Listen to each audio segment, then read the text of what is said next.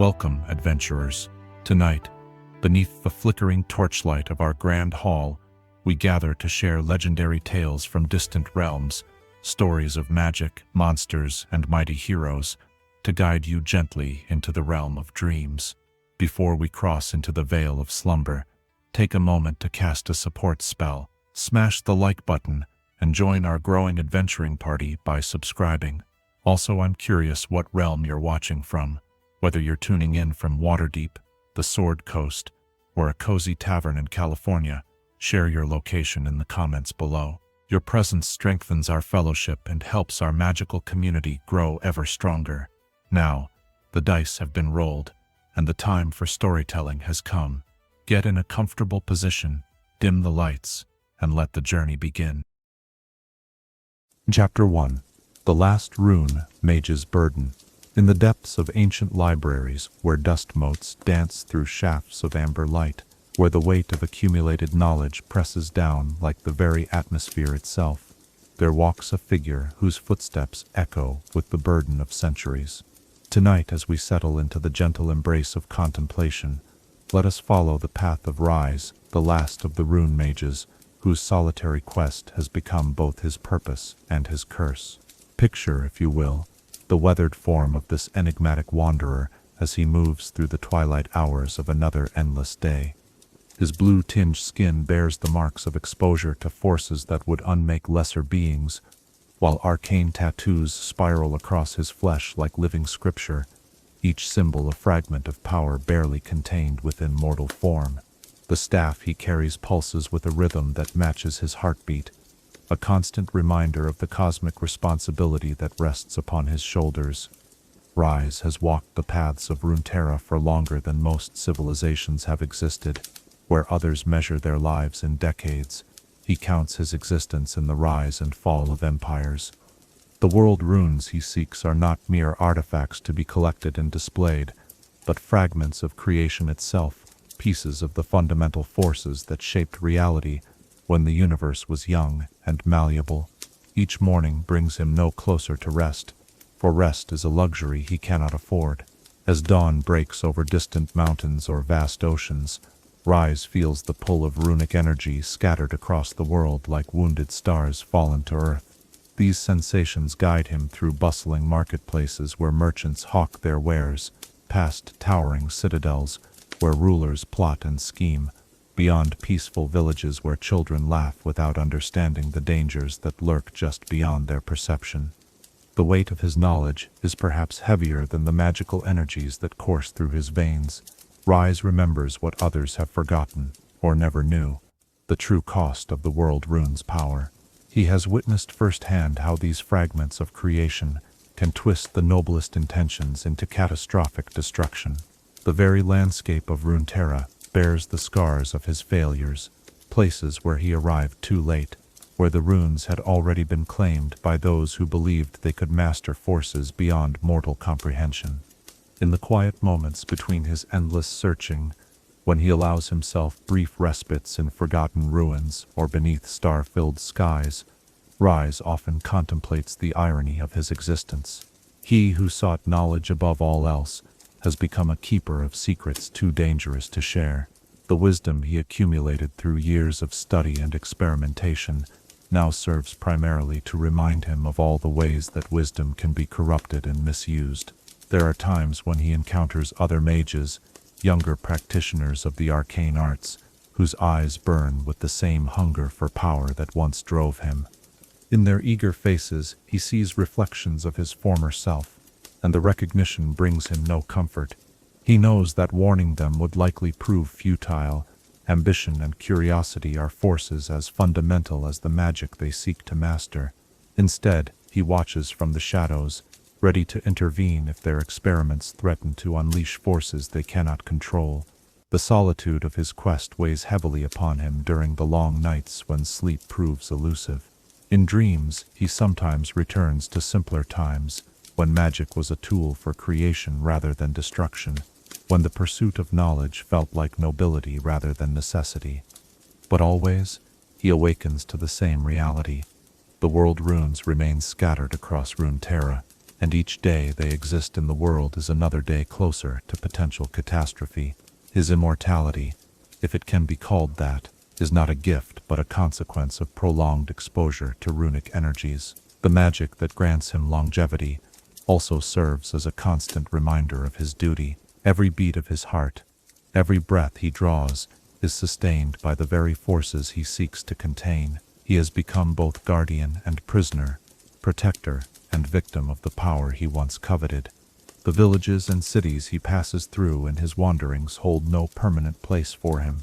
He moves among mortals like a ghost of their future, a warning they cannot understand. Children point at his strange appearance with innocent curiosity, while adults whisper superstitions and cross themselves with whatever protective gestures their cultures provide. He has become myth and legend even while still walking among them, a figure from stories told to warn against the dangers of unchecked ambition. Yet, despite the loneliness, despite the weight of responsibility that bends his shoulders and lines his face with weariness, Ryze continues his eternal vigil, for he alone understands what would happen if he were to abandon his quest.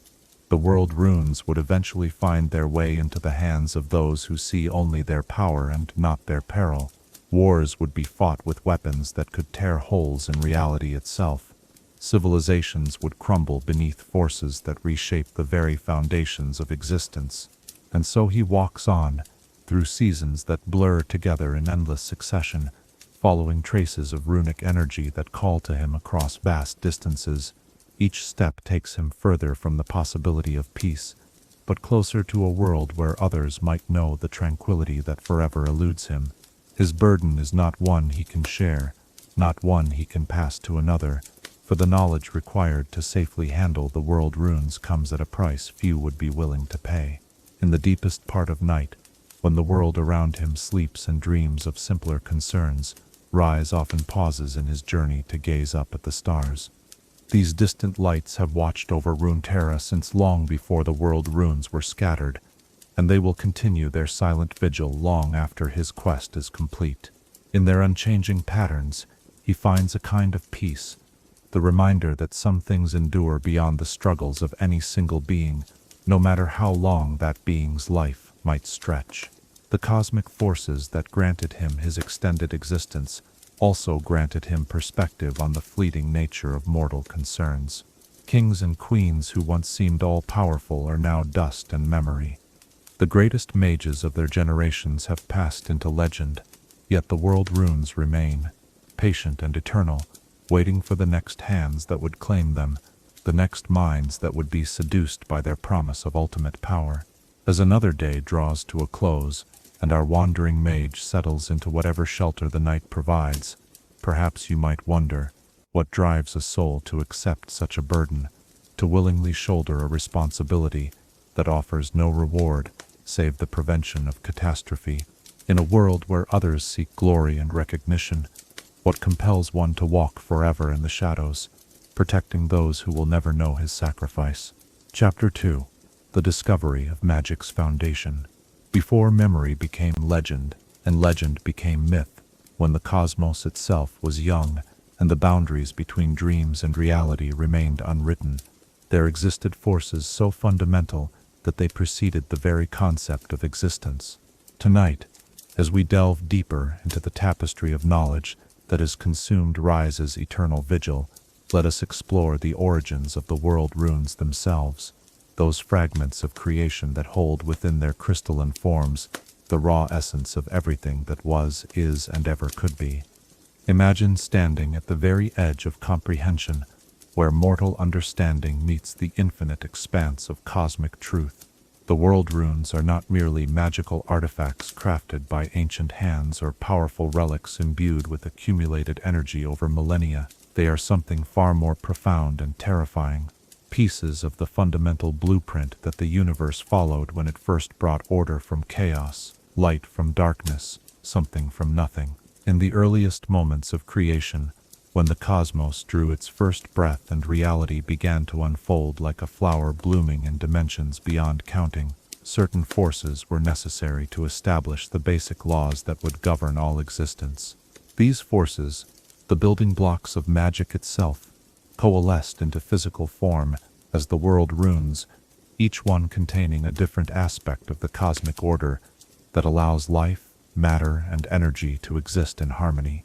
The discovery of these primordial artifacts was not a moment of triumph, but of humbling terror for those first mages who encountered them. Picture ancient scholars, their minds burning with curiosity and ambition, stumbling upon crystalline structures that hummed with power beyond their wildest imaginings. These early practitioners of magic had spent lifetimes studying the subtle arts, learning to channel and shape the mystical energies that flowed through Runeterra like invisible rivers of potential. Yet when they first laid eyes upon a world rune, they understood immediately that everything they had learned about magic was merely a pale shadow of true power. The runes did not simply contain magical energy, they were the source from which all magical energy ultimately flowed. They were the primordial words spoken when existence first learned to speak, the fundamental equations that balanced the cosmic ledger of creation and destruction. Each world rune embodies a different aspect of reality's foundation.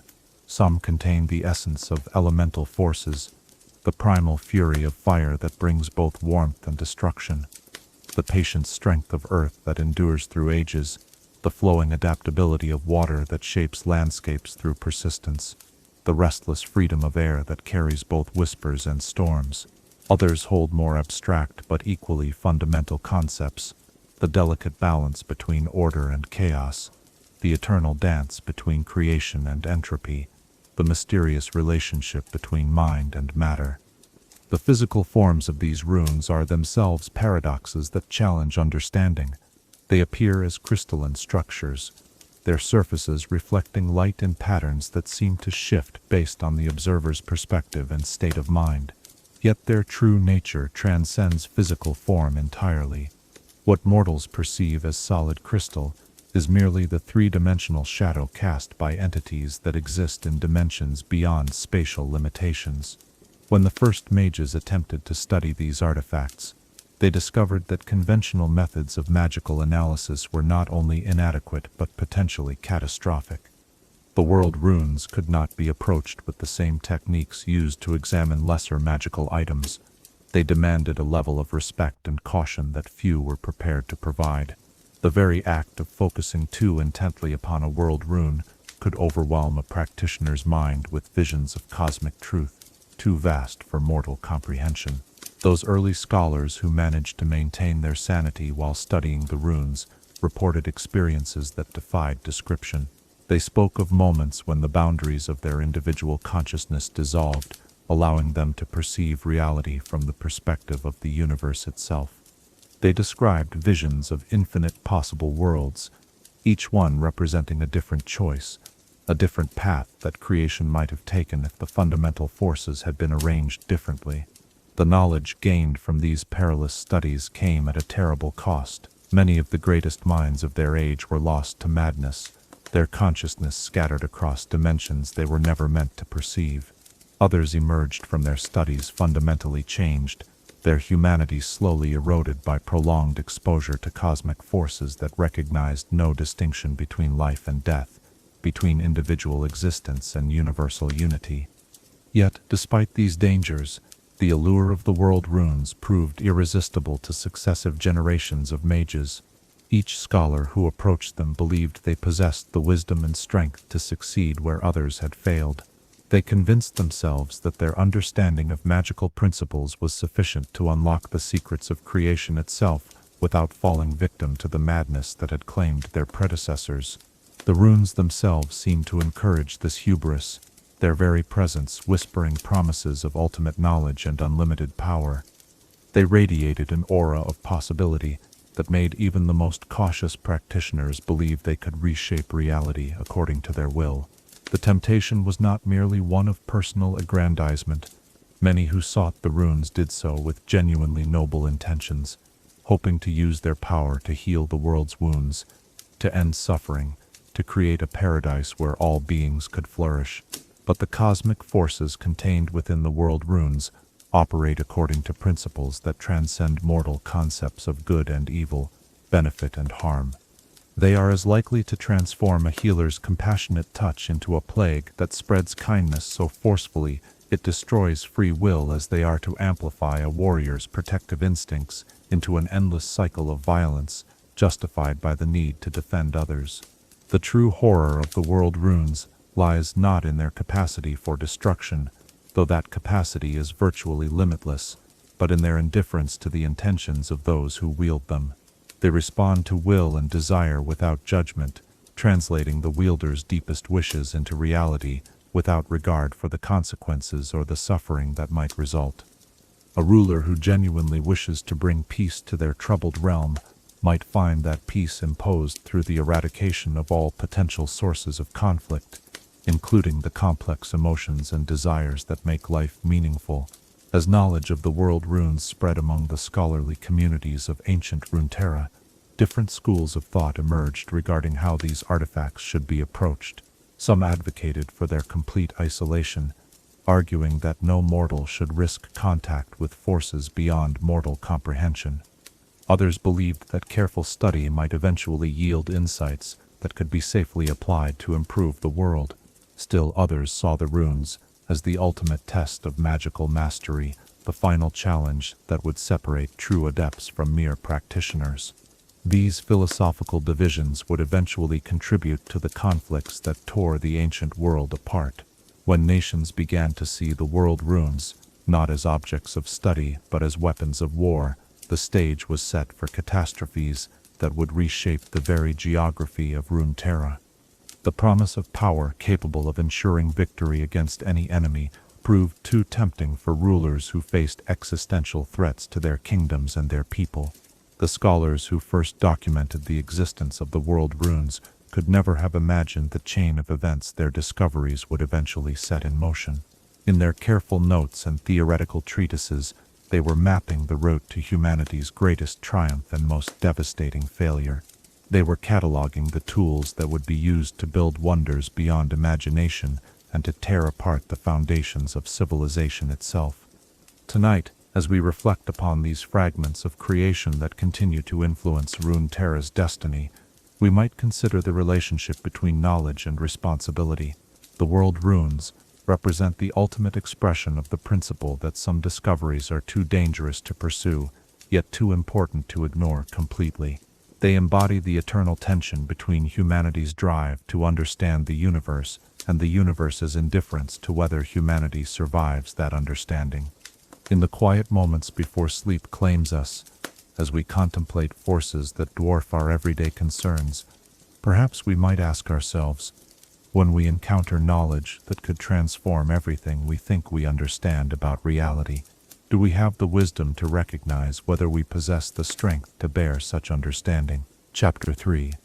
The Young Apprentice, Ambition.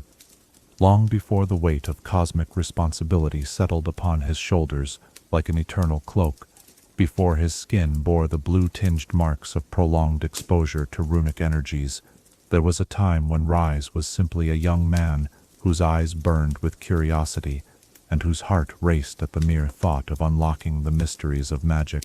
Tonight, as we journey backward through the corridors of memory, let us witness the transformation of an eager student into the guardian he would become, and remember the innocence that existed before understanding brought its inevitable burden.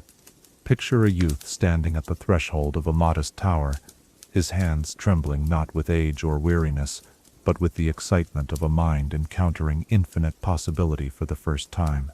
The Ryze of those distant days possessed all the hunger for knowledge that would define his existence, but none of the caution that centuries of experience would eventually teach him. His eagerness was pure and untainted by the knowledge of what magical power could cost, both for the wielder and for the world around them. The tower where young Ryze began his studies was neither grand nor imposing, rising from a hillside overlooking rolling countryside, where farmers tended their fields in blissful ignorance of the forces being studied in the stone chambers above them. It was a place of quiet scholarship, where the pursuit of magical knowledge was approached with reverence and methodical patience. The master who dwelt within these walls was known throughout the region as a man of great learning and careful wisdom, someone who understood that true magical education required not just the accumulation of facts, but the cultivation of judgment and restraint. From his very first day as an apprentice, Ryze demonstrated an aptitude for magical studies that impressed even his experienced mentor. Where other students struggled to grasp basic principles of energy manipulation and spell construction, Ryze seemed to absorb knowledge like parched earth drinking in rain. His understanding of magical theory advanced with breathtaking speed, and his practical abilities developed with a fluidity that suggested an almost instinctive connection to the mystical forces that flowed through all things. Yet it was not merely Ryze's talent that set him apart from other apprentices who had passed through the tower's halls. It was his insatiable curiosity, his relentless drive to push beyond the boundaries of conventional study and explore the deeper mysteries that lay hidden beneath the surface of accepted magical practice. While his fellow students were content to master the spells and techniques their master assigned, Ryze constantly sought more challenging material, more complex theories, more profound understanding of the fundamental forces that governed magical phenomena. His master watched this development with a mixture of pride and growing concern. The elder mage had seen brilliant students before, had witnessed the intoxicating effect that rapid progress in magical studies could have on young minds. He understood that genius, when combined with ambition, could lead as easily to catastrophe as to greatness.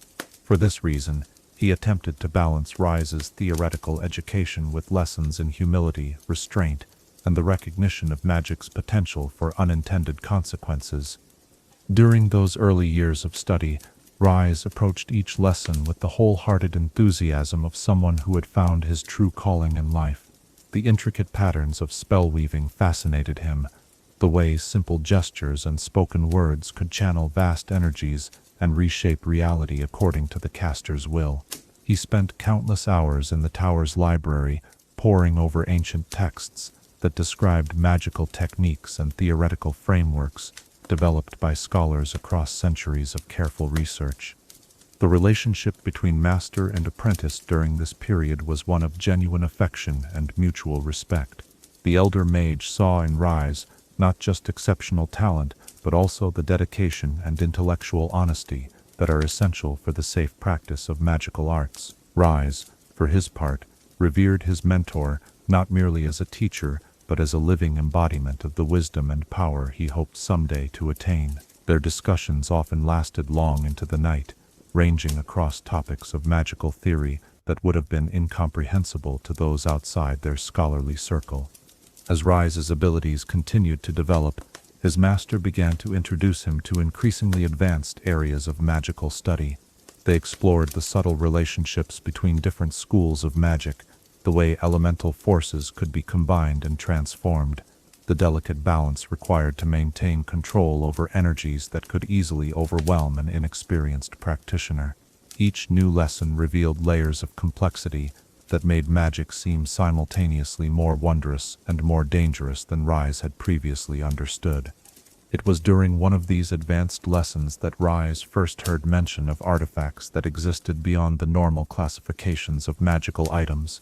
His master spoke carefully of objects that contained not just stored magical energy, but fundamental forces that predated conventional magic itself. The elder mage's tone carried warnings that Ryze was not yet ready to fully comprehend, cautions about the existence of powers that could corrupt even the noblest intentions and transform seekers of knowledge into agents of destruction. But to young Ryze, these warnings sounded less like prudent advice and more like challenges to be overcome through superior understanding and stronger will. He listened to his master's careful words about the dangers of unchecked ambition, but his mind was already racing ahead to imagine what it might be like to study such incredible artifacts, to unlock secrets that had remained hidden from lesser scholars. The very idea of magical objects that could reshape reality itself filled him with the excitement that bordered on obsession. His master, recognizing the signs of dangerous fascination, attempted to redirect Ryze's interests towards safer areas of magical study. They spent months focusing on healing arts and protective enchantments, exploring forms of magic that built rather than destroyed, that preserved rather than transformed. The elder mage hoped that by emphasizing the constructive applications of magical knowledge, he might instill in his brilliant apprentice appreciation for restraint and careful judgment. Yet even as Ryze dutifully followed his master's curriculum, his thoughts continually returned to those tantalizing hints about artifacts of primordial power. He began to research on his own, seeking references to such objects in the tower's extensive library. The fragments of information he discovered only intensified his curiosity, describing objects that seemed to exist at the very intersection of magic and reality itself. During quiet evening hours, when his master believed him to be reviewing assigned texts, Ryze would instead pore over obscure treatises that discussed the theoretical implications of encounters with cosmic forces. He read accounts written by scholars who claimed to have glimpsed artifacts that contained the fundamental building blocks of existence itself. Most of these accounts ended abruptly or descended into incoherent rambling, but to Ryze they represented not warnings, but proof that such incredible discoveries were possible for those with sufficient courage and knowledge. The transformation from eager student to obsessed seeker began so gradually that neither master nor apprentice recognized it at first. Ryze's questions during their formal lessons became increasingly focused on theoretical limits and unexplored possibilities. His practical exercises showed a growing tendency to push spells beyond their intended parameters, testing the boundaries of what conventional magic could accomplish. While his skill continued to advance at an impressive rate, his judgment began to show signs of the impatience that would eventually lead to tragedy. His master's attempts to counsel moderation were met with polite agreement that masked growing frustration. Ryze had begun to believe that his mentor's caution stemmed not from wisdom but from a limited imagination and insufficient ambition. The young apprentice convinced himself that he possessed both the intellectual capacity and the moral strength to safely explore areas of magical study that had defeated lesser scholars. He saw himself as uniquely qualified to succeed where others had failed, to unlock secrets that had remained hidden, precisely because no one of his caliber had previously attempted to discover them. The tower that had once seemed like a gateway to infinite knowledge began to feel confining to Ryze's expanding ambitions. The careful pace of conventional magical education, which had once excited him with its revelations, now seemed frustratingly slow. He yearned to move beyond basic principles and intermediate techniques to grapple directly with the fundamental forces that governed magical phenomena. The very safety and stability that his master had worked so hard to provide began to feel like obstacles to the greater understanding that Ryze was certain awaited him. As we observe this transformation from innocent enthusiasm to dangerous obsession, we witness the eternal tragedy of brilliance unchecked by wisdom. The young Ryze possessed all the intellectual gifts necessary for great magical achievement, but he had not yet developed the experiential knowledge that would teach him to recognize the difference between possibility and prudence. His master's careful warnings seemed like the overly cautious advice of someone who had never possessed the vision to attempt truly great discoveries. Tonight, as we reflect on this crucial period in Ryze's development, when ambition and talent combined to create both tremendous potential and equally tremendous danger, we might consider the delicate balance between pursuing knowledge and respecting the limits of our understanding. In our own lives, when we encounter opportunities to push beyond established boundaries and explore uncharted territories of experience or knowledge, how do we distinguish between healthy curiosity and dangerous obsession? Chapter 4. The Rune Wars, Devastating Legacy. In the annals of Runeterra's history, there exists a period so devastating that scholars often struggle to find adequate words to describe its horrors. A time when the very foundations of civilization crumbled beneath the weight of unchecked magical warfare.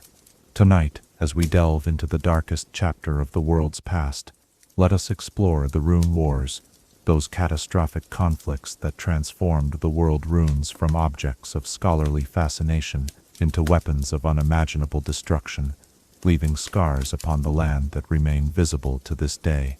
Imagine a world where the pursuit of knowledge had given way to the hunger for power, where ancient artifacts that contained the building blocks of creation itself were seized by desperate rulers and wielded as instruments of war.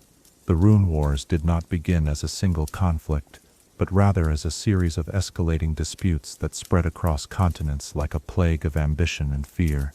What started as territorial disagreements between neighboring kingdoms eventually consumed entire civilizations in a conflagration of magical devastation that lasted for centuries.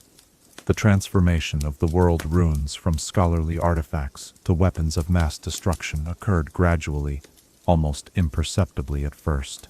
Nations that possessed even fragments of runic power found themselves with advantages so overwhelming that their neighbors had no choice but to seek their own sources of cosmic force or face complete annihilation. The careful balance of power that had maintained relative peace across Runeterra for generations collapsed, as rulers realized that conventional armies and traditional magical defenses were utterly inadequate against forces that could reshape reality itself. The first documented use of a world rune in warfare occurred in a conflict whose original cause has been lost to history, perhaps a dispute over trade routes or succession rights, the kind of disagreement that had been resolved countless times before through negotiation or limited military action. But when one side produced a crystalline artifact that allowed their mages to summon storms that lasted for months and floods that carved new rivers through solid rock, the nature of warfare itself was forever changed. Within a generation, every major power on Runeterra was desperately seeking to acquire world runes of their own. Ancient libraries were ransacked by armies searching for clues to the locations of hidden artifacts. Scholars, who had devoted their lives to peaceful research, found themselves conscripted into military service, forced to apply their knowledge to the development of increasingly destructive applications of runic power. The careful traditions of magical education that had been built up over centuries were abandoned in favor of crash programs designed to produce battle mages capable of wielding cosmic forces with minimal understanding of their true nature. The battlefields of the Rune Wars defied all conventional understanding of what warfare could be. Armies clashed across landscapes that shifted and changed with each exchange of runic power. Mountains were flattened by single spells, while new ranges were thrust up from the earth to serve as fortifications that could withstand conventional siege warfare. Entire cities were transported across vast distances by mages who had learned to manipulate the fundamental forces of space and time, only to find themselves stranded in hostile territories when the magical energies required to return home were exhausted. The weapons deployed during these conflicts went far beyond anything that had been previously imagined. Mages learned to summon armies of elemental creatures that required no food or rest, constructs of living flame and animated stone that could fight continuously for months without pause. Others developed techniques for manipulating weather patterns on a continental scale, creating droughts that lasted for decades or winters that extended across multiple years. The very concepts of seasons and natural cycles began to break down as different factions used runic power to impose their preferred conditions across the territories they controlled. Perhaps most terrifying of all were the mages who learned to manipulate the world runes that governed more abstract concepts: time, probability, the relationship between cause and effect. Battles were fought in which the same day repeated endlessly as temporal mages struggled for dominance, trapping entire armies in loops of experience that drove soldiers to madness as they lived through their own deaths countless times. Other conflicts saw the laws of chance itself weaponized, creating zones where nothing could be predicted, where the most carefully planned strategies collapsed into chaos as probability itself became a battlefield. The environmental devastation caused by these wars was beyond anything the world had previously experienced. Vast regions were transformed into magical wastelands, where the fundamental forces of nature no longer operated according to predictable laws. Areas still exist today where gravity flows sideways, where time moves at different rates for different observers, where the boundary between dream and reality has been permanently compromised by the careless use of runic power during those dark centuries. The human cost of the Rune Wars extended far beyond the immediate casualties of battle.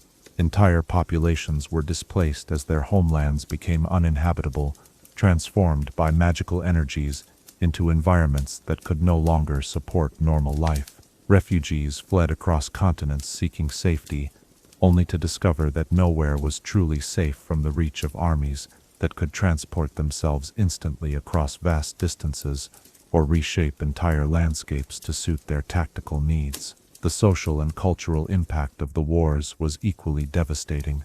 The careful traditions of magical education that had been developed over millennia were almost entirely lost as knowledge became militarized and secretive. The collaborative spirit that had characterized scholarly communities gave way to paranoia and competition, as mages were forced to choose sides in conflicts that often had little to do with their personal beliefs or interests. Ancient libraries and centers of learning were destroyed, not by accident but by design, as opposing forces sought to deny their enemies access to potentially useful knowledge. The psychological toll of living through such conflicts was perhaps worst of all.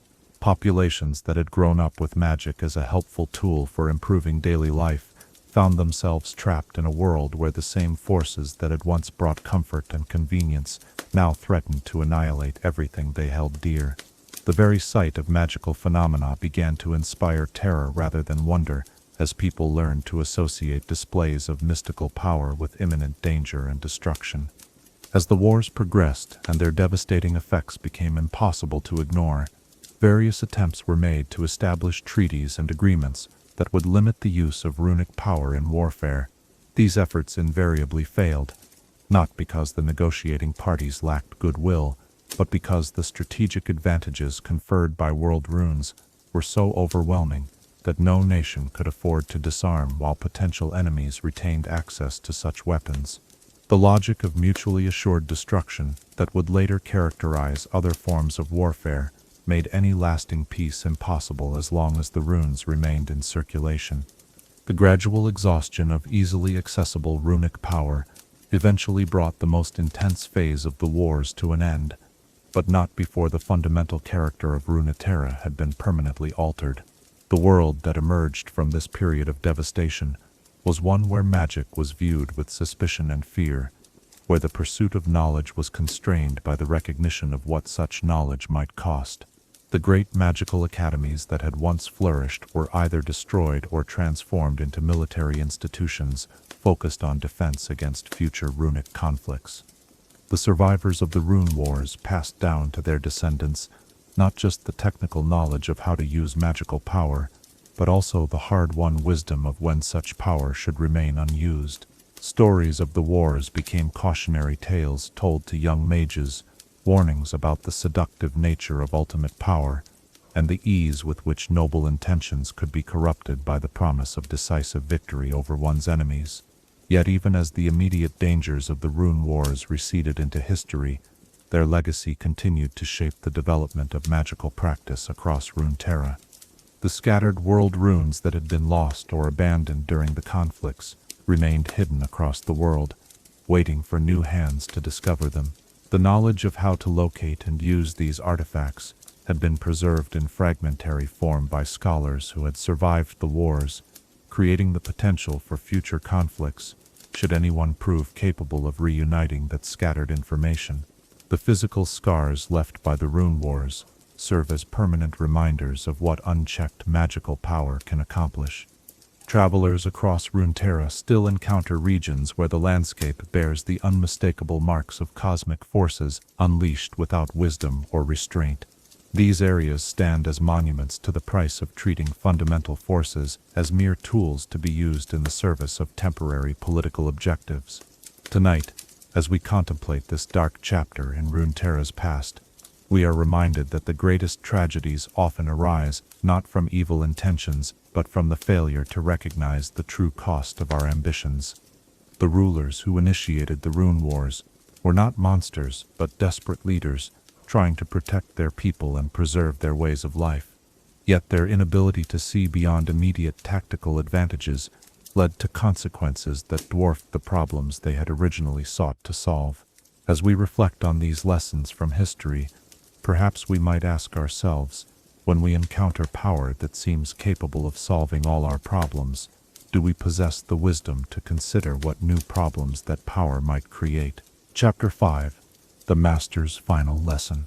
There comes a moment in every profound tragedy when the world shifts irrevocably, when the comfortable certainties of yesterday crumble beneath the weight of terrible revelation, and when those we trust most become the very instruments of our deepest education about the nature of power and corruption. Tonight, as we journey into the most painful chapter of Ryze's transformation from eager student to eternal guardian, let us witness the confrontation that would forever change his understanding of magic, responsibility, and the price of knowledge pursued without wisdom. The signs of change in Ryze's master had been subtle at first, so gradual that even someone as perceptive as his brilliant apprentice failed to recognize them for what they truly were. The elder mage had always been devoted to his studies, often spending long hours in private research, but his periods of isolation began to extend from hours to days, then to weeks at a time.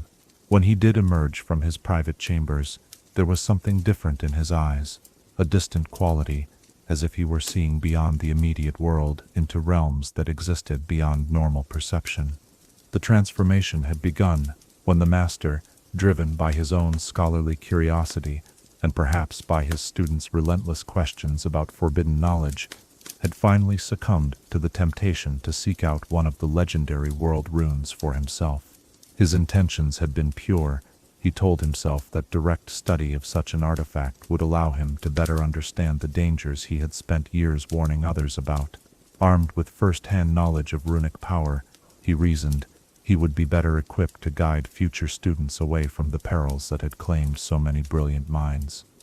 But the world rune he eventually located, hidden in the ruins of an ancient observatory where scholars had once studied the movements of celestial bodies, contained forces that recognized no distinction between noble intentions and selfish ambition. The cosmic energies within the artifact began to work their subtle influence upon the master's mind from the moment he first laid hands upon its crystalline surface. The corruption was not violent or dramatic. It was gentle, seductive, almost loving in the way it whispered suggestions that seemed to arise from his own thoughts. The rune showed him visions of the knowledge he could attain, the understanding that awaited him if only he were willing to push beyond the artificial limitations that conventional magical practice imposed. It revealed to him glimpses of cosmic truths that made his lifetime of careful study seem like the fumbling efforts of a child playing with toys. The temptation was not to become evil, but to become transcendent, to shed the constraints of mortal understanding, and ascend to a level of existence where he could truly comprehend the fundamental nature of reality itself. Ryze initially attributed his master's growing strangeness to the natural eccentricity of advanced age and profound scholarship.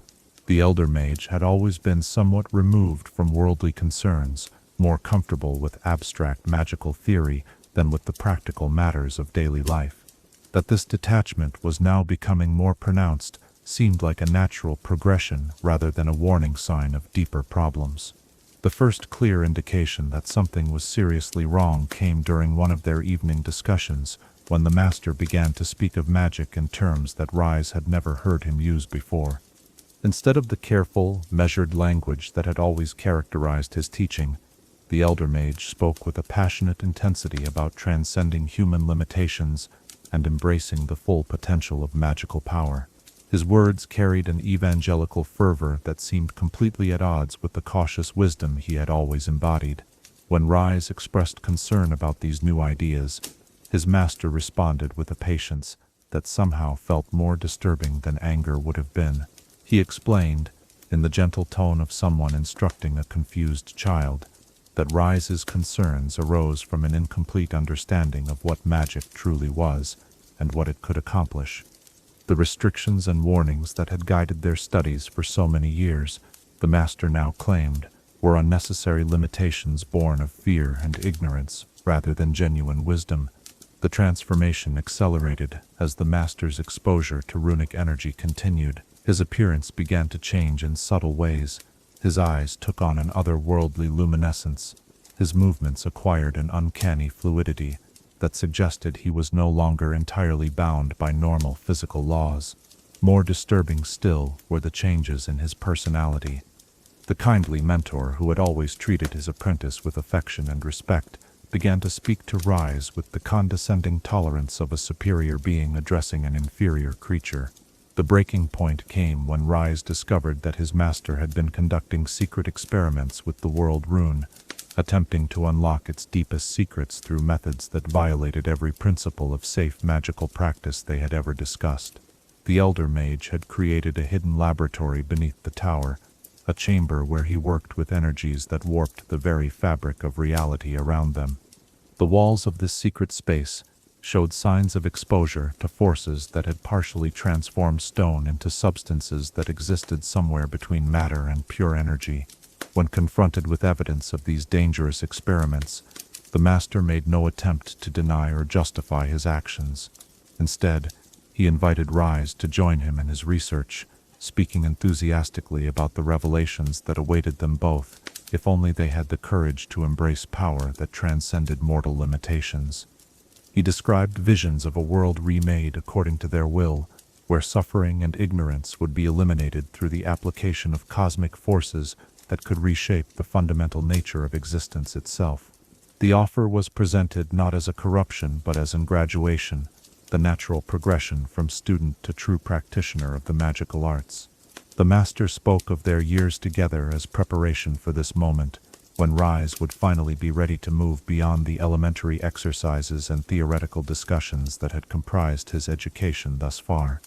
The world Rune pulsed with sympathetic energy as the elder mage spoke, its crystalline surface reflecting light in patterns that seemed to echo and amplify his words. Ryze felt the terrible pull of that cosmic artifact, the way it seemed to whisper directly to the deepest parts of his mind, where ambition and curiosity dwelt. For a moment that felt like an eternity, he stood on the precipice of a choice that would determine not just his own fate, but potentially the fate of countless others who might be affected by the decisions he made in that hidden chamber. The promise of ultimate knowledge beckoned to him with an allure that made every other consideration seem trivial by comparison. But something in his master's transformed appearance, the way the elder mage's familiar features had become simultaneously more and less than human, gave Ryze the strength to resist the rune's seductive call. In that moment of clarity, he recognized that the being standing before him was no longer truly his beloved mentor, but rather a hollow vessel wearing his master's form while being consumed from within by forces beyond mortal comprehension. The confrontation that followed was unlike any magical duel that had ever been recorded in the annals of scholarly combat. It was not a contest between equals testing their skills against one another, but rather a desperate struggle between someone fighting to preserve his humanity and something that had already surrendered its human nature in exchange for cosmic power. The master wielded energies that bent reality around them, creating effects that no conventional magical training could have prepared Ryze to counter. The battle raged through the tower and beyond, transforming the peaceful hillside where Ryze had spent his formative years into a landscape scarred by forces that left permanent marks upon the fabric of existence itself. Trees aged decades in moments as temporal energies washed over them, while other areas became frozen in crystalline stasis that preserved single instants of time like insects trapped in amber. The very air crackled with probability storms that made each moment pregnant with infinite potential outcomes. In the end, Ryze's victory came not through superior power, for the world Rune had granted his master access to energies that dwarfed anything conventional magic could provide, but through his willingness to make a sacrifice that his corrupted mentor was no longer capable of understanding. Ryze channeled all of his own life force into a binding spell that separated the elder mage from the world Rune, breaking the connection that had been consuming his humanity, but at the cost of his own vitality and youth. The moment of separation was catastrophic for both participants. The master, suddenly cut off from the cosmic energies that had been sustaining his transformed existence, collapsed into dust that had been accumulating within his body for years without his awareness. The world Rune, no longer anchored by his will, released all of its contained power in a burst of energy that aged Ryze decades in an instant, while simultaneously binding him to the very forces he had sought to contain. As the dust settled and the magical chaos subsided, Ryze found himself alone in the ruins of what had once been a peaceful center of learning. His master was gone, reduced to nothing more than scattered ash and fading memories. The world Rune lay dormant among the debris, its power temporarily exhausted, but still radiating the subtle influence that had claimed one brilliant mind and would undoubtedly claim others if left unguarded.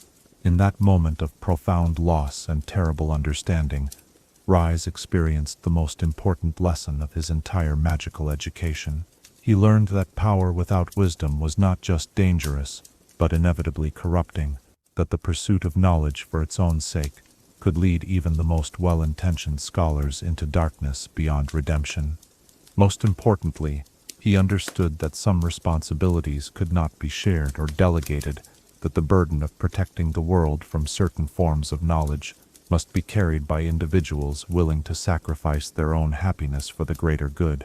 The young man who had entered that chamber as an eager apprentice emerged as something far different, not yet the eternal guardian he would eventually become, but no longer the innocent seeker of knowledge he had been. The weight of his master's fate and the terrible power of the world Rune had transformed him into someone who understood that true magical mastery lay not in the accumulation of power, but in the wisdom to know when that power should never be used. Tonight, as we reflect on this moment of tragic transformation, when love and duty converged in the most painful possible way, we might consider the relationships in our own lives between knowledge and responsibility. When we encounter power that promises to solve all our problems or answer all our questions, do we have the strength to ask whether we truly want to know what such power might cost us to obtain? Chapter 6. The Burden of Immortality. In the wake of tragedy, when the dust of cosmic battle had settled, and the ruins of his former life lay scattered around him like the remnants of a shattered dream, Ryze discovered that his confrontation with forces beyond mortal comprehension had left him forever changed in ways that would not become fully apparent for years to come. Tonight, as we explore the cruel gift of extended existence that was both consequence and curse of his exposure to runic energies, let us contemplate the weight of watching centuries pass, while bearing knowledge too dangerous to share and too important to abandon. The changes began subtly, as such transformations often do. In the immediate aftermath of his master's destruction, Ryze attributed his unusual vitality to the residual effects of the magical energies he had channeled during their final confrontation. He expected these effects to fade with time, allowing him to return to something resembling a normal existence, perhaps to resume his studies, to seek out other mentors who might help him process the traumatic knowledge he had gained, or simply to find peace in a life devoted to safer pursuits. But as months turned to years, and years stretched into decades, Ryze began to realize that the forces he had absorbed during that fateful battle had fundamentally altered the basic processes that govern mortal existence. His body no longer aged at the normal rate. His mind retained its clarity and focus, despite the accumulation of experiences that should have overwhelmed any individual consciousness, and his magical abilities continued to grow stronger rather than diminishing with the passage of time. The blessing of extended life revealed itself to be a curse of profound isolation. Ryze watched as the few friends he had made during his apprenticeship grew old and died, their brief mortal spans playing out like the changing of seasons, while his own existence stretched on with relentless continuity. The natural rhythm of human life, birth, growth, achievement, decline, and death, became something he could observe but no longer participate in, as a normal member of the human community. The psychological impact of this extended existence was perhaps more profound than the physical changes. Human consciousness, Ryze discovered, was not designed to accommodate centuries of accumulated memory and experience. The weight of accumulated knowledge, both magical and mundane, began to press upon his mind like a physical burden. He found himself remembering conversations from decades past with perfect clarity, while struggling to maintain emotional connections to more recent experiences. The loneliness of immortality was not simply a matter of outliving friends and loved ones. though that pain was certainly acute. More fundamentally, Ryze found himself gradually becoming disconnected from the normal concerns and motivations that drive mortal existence. Problems that seemed urgent and important to others, disputes over land or resources, political conflicts, even personal relationships, began to feel trivial when viewed from the perspective of someone who had witnessed the rise and fall of entire civilizations. This emotional distance was both a survival mechanism and a source of additional suffering. To maintain his sanity over the extended span of his existence, Ryze had to develop a certain detachment from the immediate concerns of the mortals around him. Yet this very detachment made it increasingly difficult for him to form the meaningful connections that might have provided some comfort during his eternal vigil. He became a perpetual outsider, observing human life from a perspective that was simultaneously intimate and impossibly remote. The burden of his extended existence was compounded by the knowledge that it was not truly immortality in the classical sense. The runic energies that sustained his life were not infinite, they were simply vast beyond normal comprehension. Ryze understood that his extended lifespan was tied directly to his exposure to world rune energy, and that this exposure was slowly but inevitably consuming his humanity in ways that might eventually leave him as hollow and corrupted as his master had become. This realization added a terrible urgency to his self-imposed mission. He was not working against the normal constraints of a mortal lifespan, but against the gradual erosion of his own humanity by the very forces that kept him alive. Each year that passed brought him closer to a threshold beyond which he might lose the capacity for the empathy and moral judgment that made his guardianship meaningful rather than simply tyrannical. The passage of centuries brought Ryze a perspective on history that few beings have ever possessed. He witnessed the rise and fall of kingdoms, the development and abandonment of entire schools of magical thought, the cyclical nature of human progress and regression. This vast temporal perspective revealed patterns in human behavior that were invisible to those trapped within the normal span of mortal existence. But it also made him acutely aware of the futility of many human endeavors. The civilizations that seemed so permanent and important to their inhabitants were, from Ryze's perspective, as ephemeral as flowers blooming and wilting in the space of a single season.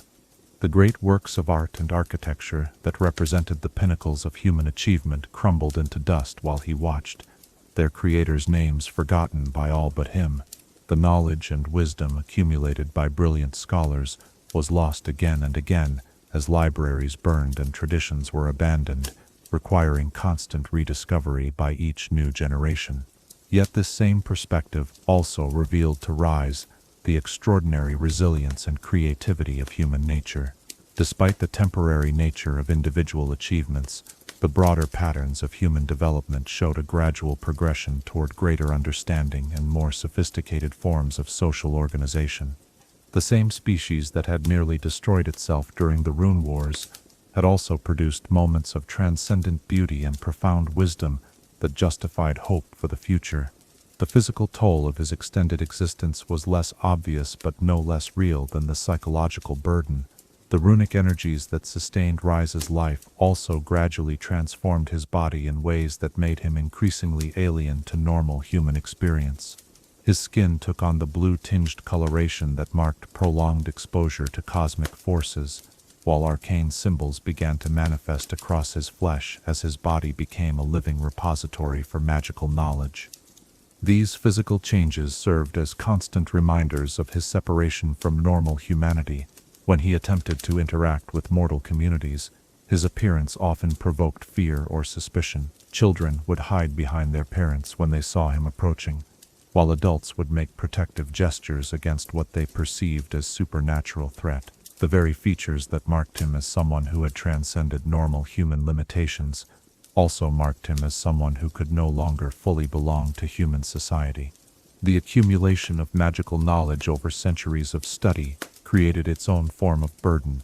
Ryze found himself in possession of techniques and understanding that represented the pinnacle of multiple traditions of magical practice, knowledge that had been lost to the world when its original practitioners died, or when the institutions that preserved it were destroyed. He became a living library of magical lore but a library that could never be fully accessed by others without risking the same corruption that had claimed his master. This accumulation of dangerous knowledge created a terrible isolation within isolation. Not only was Ryze separated from normal humanity by his extended lifespan and physical transformation, but he was also separated from other magical practitioners by the depth and danger of what he knew. He could not seek companionship among fellow mages without risking that his knowledge might inspire them to pursue the same dangerous paths that had led to the catastrophes he sought to prevent. The weight of responsibility that accompanied his extended existence was perhaps the heaviest burden of all. Ryze understood that his unique position, his combination of extensive knowledge, prolonged lifespan, and direct experience with runic corruption, made him perhaps the only being capable of preventing future catastrophes involving the world runes. This responsibility was not one he could share or delegate, for sharing it would require revealing knowledge that was itself dangerous to possess. The moral complexity of his situation was profound. To effectively guard against the misuse of world runes, Ryze had to maintain a level of knowledge about them that put him at constant risk of the same corruption that had claimed his master. He had to remain close enough to these cosmic forces to understand their nature and track their influence, but distant enough to preserve his humanity and moral judgment. This balance required constant vigilance, not just against external threats, but against the gradual erosion of his own character by forces that recognized no distinction between good and evil intentions. The centuries of solitude had also given Ryze a unique perspective on the nature of time itself. While mortals experienced time as a flow carrying them inexorably from birth toward death, Ryze experienced it more as a vast ocean in which he was suspended, able to observe the currents and patterns, but never able to reach the shore of final rest that awaited normal human existence. This temporal perspective made him acutely aware of both the preciousness and the ultimate transience of all things.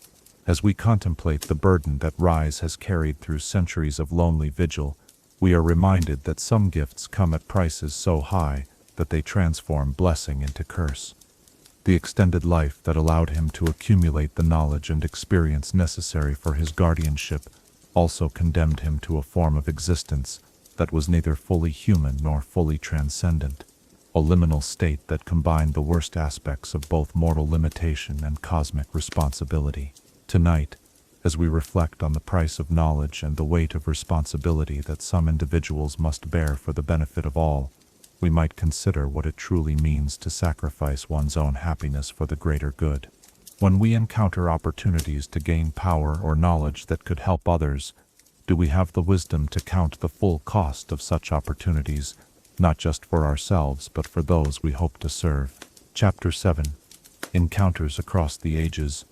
Throughout the long centuries of his solitary quest, as empires rose and crumbled while he walked unchanging through their ruins, Ryze discovered that his burden need not always be carried in complete isolation. Tonight, as we explore the fleeting connections that have illuminated his eternal vigil, let us witness the encounters with remarkable individuals whose own destinies have intertwined with his mission, some as allies in understanding, others as warnings of what unchecked power might accomplish, and all as reminders of both the potential and the peril that exists within every wielder of magical force. The pattern of these encounters followed the rhythm of Ryze's endless wandering. In the early decades following his master's fate, when the weight of his responsibility was still new, and the changes wrought by runic exposure were only beginning to manifest, he sought out other scholars and mages who might understand the magnitude of the threat posed by the scattered world runes. These initial attempts at collaboration were driven by hope that the burden of guardianship might be shared among multiple individuals, that collective wisdom might succeed where individual vigilance had proven so costly. His first significant encounter occurred in the great library of an ancient city whose name has been lost to time, erased, along with the civilization that built it when volcanic forces reshaped that entire region of the continent. There he met a scholar whose reputation for wisdom and restraint had drawn Ryze's attention from across vast distances.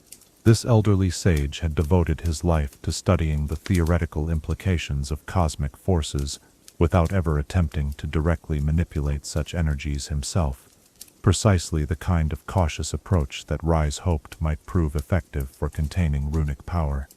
The conversation that unfolded between them lasted for days, conducted in the hushed tones appropriate to discussions of ultimate significance. Ryze shared carefully edited versions of his knowledge, revealing enough about the world runes to convey their danger without providing the specific information that might tempt his listener toward the same fate that had befallen his master. The elderly scholar listened with the intense attention of someone who understood that he was being trusted with knowledge that could reshape his understanding of existence itself. Yet even this most promising of potential allies ultimately proved unable to bear the weight of such knowledge. The scholar's response to Ryze's revelations was not the wise restraint that had been hoped for, but a growing obsession with the theoretical implications of forces that could manipulate the fundamental structure of reality.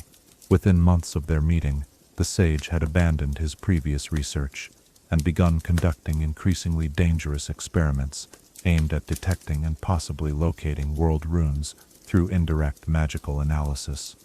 Ryze was forced to watch helplessly as another brilliant mind was consumed by the same hunger that had destroyed his master, though this time the corruption manifested more slowly and subtly.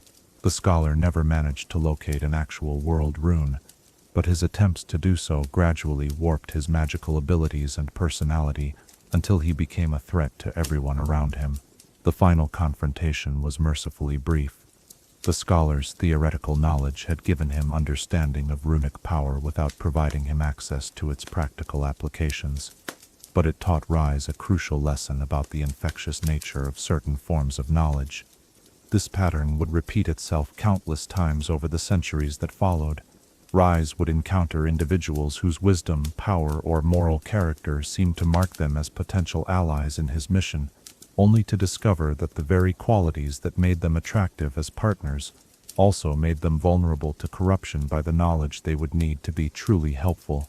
The greatest mages were often those with the strongest drive to push beyond conventional limitations, while the wisest scholars were frequently those whose curiosity could not be contained by warnings about forbidden research. One of the most painful of these encounters occurred during his meeting with a young mage whose natural talent for magic was matched by an apparently genuine desire to use her abilities for the benefit of others. She had established herself as a healer and protector in a region plagued by magical creatures that had been twisted by residual energies from the ancient rune wars. Her reputation for selflessness and her demonstrated ability to resist the corrupting influence of dark magic suggested that she might possess the moral strength necessary to safely handle knowledge about world runes. The relationship that developed between them was the closest thing to friendship that Ryze had experienced since the loss of his master. For several years they worked together to heal some of the magical damage that scarred the landscape around her home, and Ryze began to hope that he had finally found someone who could share his burden without being destroyed by it. The young mage's combination of power and humility seemed to offer the possibility that the guardianship of world runes might eventually be entrusted to someone whose motivations were untainted by personal ambition. But when Ryze finally revealed the true nature of his quest, the young mage's response shattered his hopes in ways that proved more devastating than simple corruption might have been. Rather than seeking power for herself, she became convinced that the world runes should be destroyed entirely, regardless of the cost to those who wielded them, or to the cosmic balance that their existence maintained. Her noble intentions led her to attempt magical workings that would have unraveled the fundamental forces holding reality together, all in service of what she believed was the greater good. The confrontation that followed was perhaps the most difficult of Ryze's long existence, for he was forced to oppose someone whose motivations he understood and respected. The young mage's willingness to sacrifice herself to rid the world of runic power was admirable in its selflessness, but it demonstrated a dangerous failure to understand the interconnected nature of cosmic forces. Destroying the world runes would not eliminate the dangers they represented. It would simply release those dangers in uncontrolled ways that might prove even more catastrophic than their misuse. Not all of Ryze's encounters across the centuries involved attempts to find allies in his mission. Some of the most significant meetings were with individuals who had already been touched by runic power in various ways, people whose experiences provided him with crucial insights into the nature of cosmic corruption and the ways it could be resisted or channeled safely. These encounters served as both warnings about the dangers of his own path and sources of hope that exposure to ultimate power need not inevitably lead to damnation. One such meeting occurred with an ancient being who had survived direct contact with multiple world runes over the course of several millennia. This individual had maintained their sanity and moral compass, despite exposure to forces that had driven countless others to madness or corruption. Their secret, Ryze discovered, lay not in superior strength or wisdom, but in a fundamental acceptance of their own limitations and a willingness to suffer rather than to impose their will upon the cosmic forces they encountered. The conversation with this ancient survivor lasted for weeks, conducted in a series of meetings at locations that shifted and changed as they talked, for the individual's connection to runic power made them unable to remain in any single place for extended periods. Through these discussions, Ryze learned techniques for maintaining psychological distance from cosmic forces even while remaining in physical contact with them, methods for preserving human empathy in the face of transcendent knowledge, and strategies for resisting the seductive whispers that world runes used to corrupt their wielders. Perhaps most importantly, this encounter taught Ryze that his mission was not necessarily doomed to end in his own corruption or destruction. The example of someone who had walked a similar path for even longer than he had provided proof that it was possible to maintain one's humanity while bearing ultimate responsibility for cosmic forces. This knowledge became a source of strength during the darkest periods of his vigil, when the weight of solitude and responsibility threatened to overwhelm his resolve. Other encounters provided different forms of education about the nature of power and responsibility. Ryze met warriors who had resisted the temptation to use runic weapons, even when such use might have saved their nations, scholars who had deliberately destroyed their own research when they realized it was leading toward dangerous knowledge, and rulers who had abdicated their positions rather than wield power that might corrupt their judgment. These individuals served as reminders that wisdom sometimes lay in the rejection of power rather than in its accumulation or careful use. The meetings with corrupted individuals were equally educational, though far more painful to endure. Ryze encountered former heroes who had been transformed into monsters by their contact with runic power, brilliant minds that had been reduced to obsessed automatons, focused solely on acquiring more cosmic energy, and well-intentioned leaders whose noble goals had been twisted into justifications for increasingly terrible actions.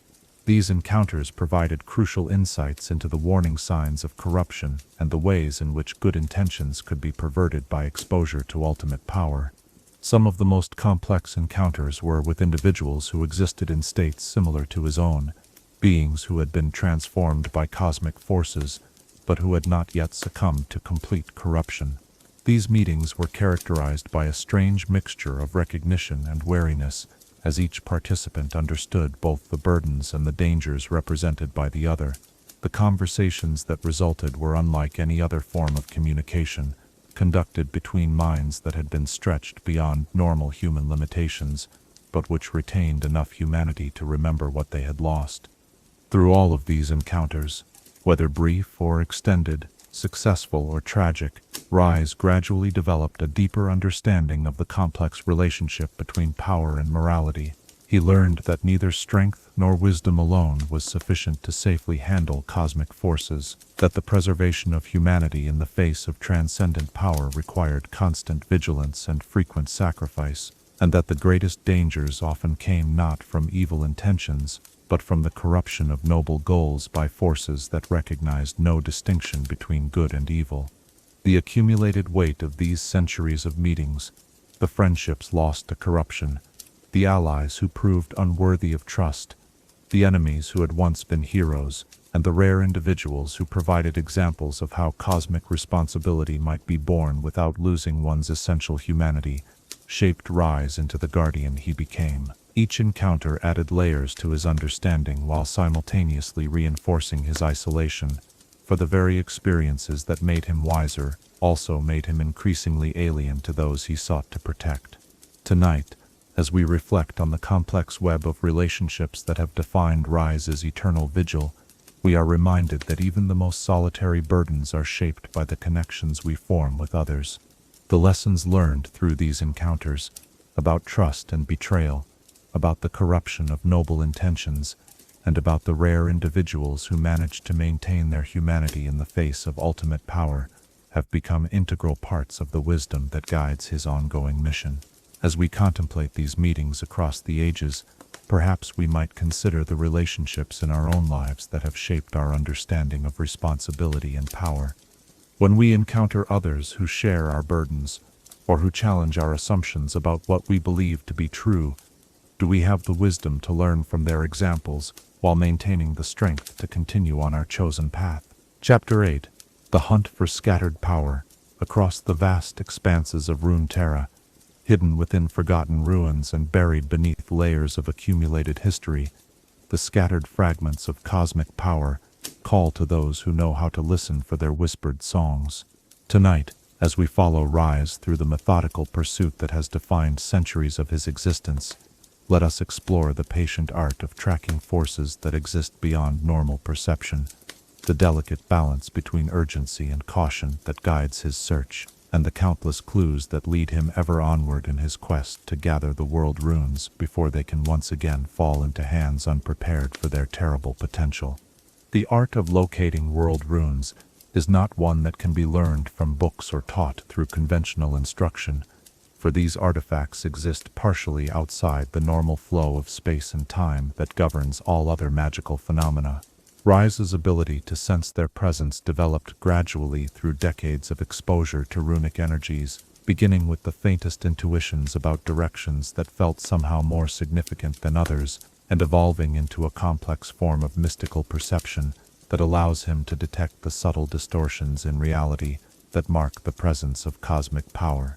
The sensations that guide his search are difficult to describe in terms that those who have never experienced them could understand.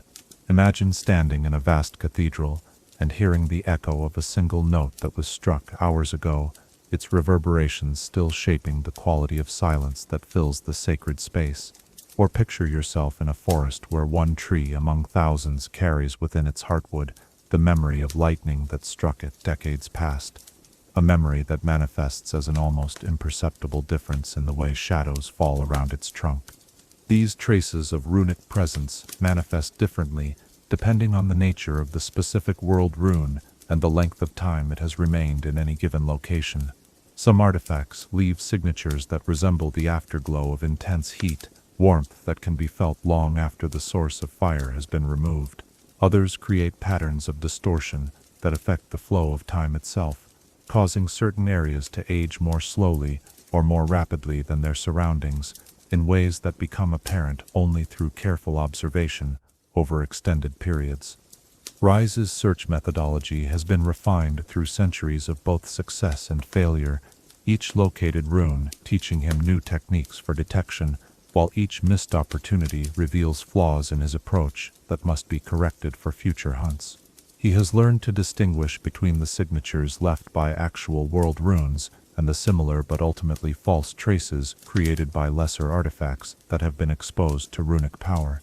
The ability to make this distinction is crucial, for following false leads not only wastes precious time, but often leads him into situations where others have already been corrupted by their contact with genuine cosmic forces.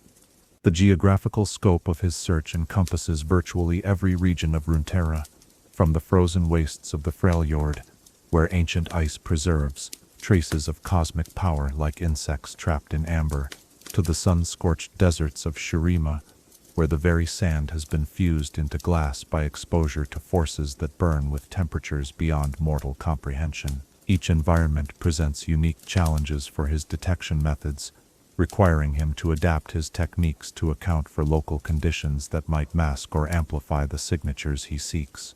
In the bustling cities of Piltover and Zaan, where the constant hum of Hextech machinery creates a background of magical energy that could easily obscure more subtle traces, Ryze must filter through layers of artificial magical activity to detect the older, deeper signatures that might indicate runic presence. The technological sophistication of these urban centers, paradoxically, makes his task more difficult, as the abundance of magical devices creates a kind of mystical noise that interferes with his ability to perceive the pure tones of cosmic power.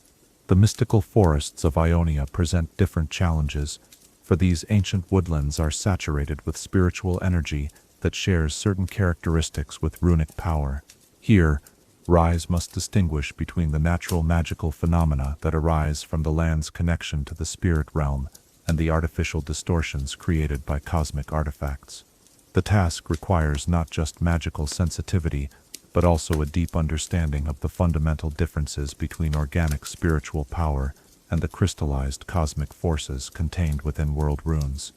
In Demacia, where petricite stone naturally absorbs and nullifies magical energy, Ryze's search becomes a process of looking for absences rather than presences, areas where the anti-magical properties of the local stone have been overwhelmed or altered by contact with forces too powerful to be completely suppressed. These investigations often lead him into the deepest vaults beneath the capital city, where ancient artifacts are stored in chambers designed to contain their magical emanations, but which sometimes fail when confronted with truly cosmic power. The Shadow Isles present perhaps the greatest challenge of all, for these cursed lands are permeated with magical corruption that shares many characteristics with the distortions created by world runes.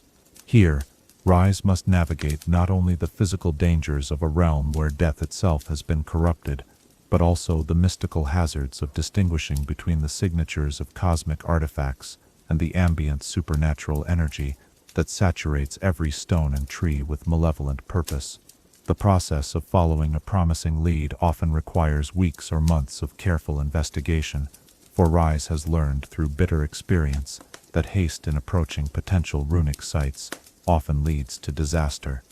Each step of his approach must be planned and executed with meticulous care, for world runes have a tendency to influence their surroundings in ways that create both physical and psychological traps for unwary seekers.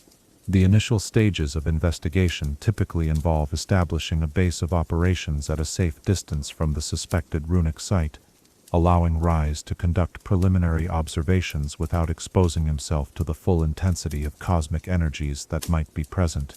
From these observation posts, he employs a variety of detection techniques that have been developed and refined over centuries of practice, methods for sensing runic power that operate through multiple layers of mystical perception simultaneously. One of his most effective techniques involves the use of specially prepared crystals that have been exposed to controlled amounts of runic energy, creating artificial resonance devices that vibrate in harmony with cosmic forces. These crystals must be crafted with extraordinary precision, for even slight errors in their preparation can cause them to explode when brought into proximity with actual world runes, or to provide false readings that lead to wasted effort and potential danger. The emotional toll of these extended searches cannot be underestimated, for each potential lead carries with it the weight of both hope and dread. The hope stems from the possibility that another world rune might be secured before it can fall into hands unprepared for its power, while the dread arises from the knowledge that each successful discovery brings him into closer contact with forces that threaten his own humanity and sanity.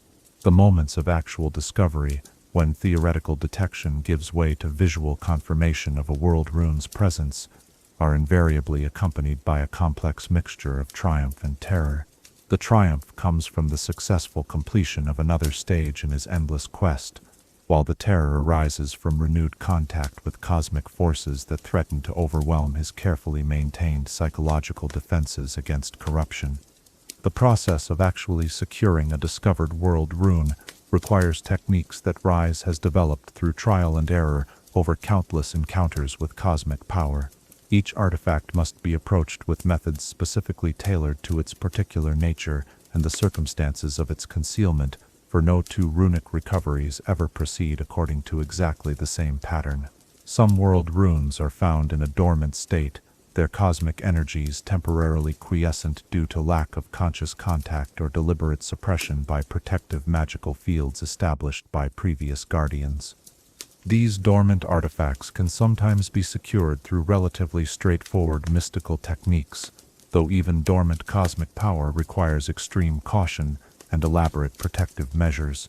Other runes are discovered in states of active influence, their energies already affecting the surrounding environment and potentially corrupting any living beings in their vicinity. These situations require Ryze to first neutralize or contain the runic influence before attempting direct contact with the artifact itself, a process that often involves complex magical workings that take days or weeks to complete safely. The most dangerous discoveries are those where world runes have already been claimed by other individuals or organizations who believe themselves capable of controlling cosmic power. These situations force Ryze into direct confrontation with corrupted beings whose access to runic energy makes them formidable opponents, battles that test not only his magical abilities but also his commitment to preventing cosmic power from being misused regardless of the personal cost. The successful recovery of a world rune marks the end of one hunt, but the beginning of another, for each secured artifact must be safely contained and transported, while Ryze continues his search for the remaining scattered pieces of cosmic power. The burden of carrying multiple world runes simultaneously creates its own challenges, as the combined influence of several cosmic artifacts can overwhelm even his carefully developed defenses against corruption. The knowledge that his quest may never truly end, that new world runes might be discovered, or that secured artifacts might be lost to unforeseen circumstances, adds a dimension of existential weight to his searches that goes beyond the immediate challenges of detection and recovery. Each hunt carries with it the awareness that this might be the search that finally breaks his resolve or corrupts his purpose, transforming him from guardian into the very threat he has spent centuries working to prevent. Tonight, as we contemplate the patient dedication required for a quest that spans centuries and encompasses entire continents, we are reminded of the profound difference between searching for something we want and hunting for something we fear to find.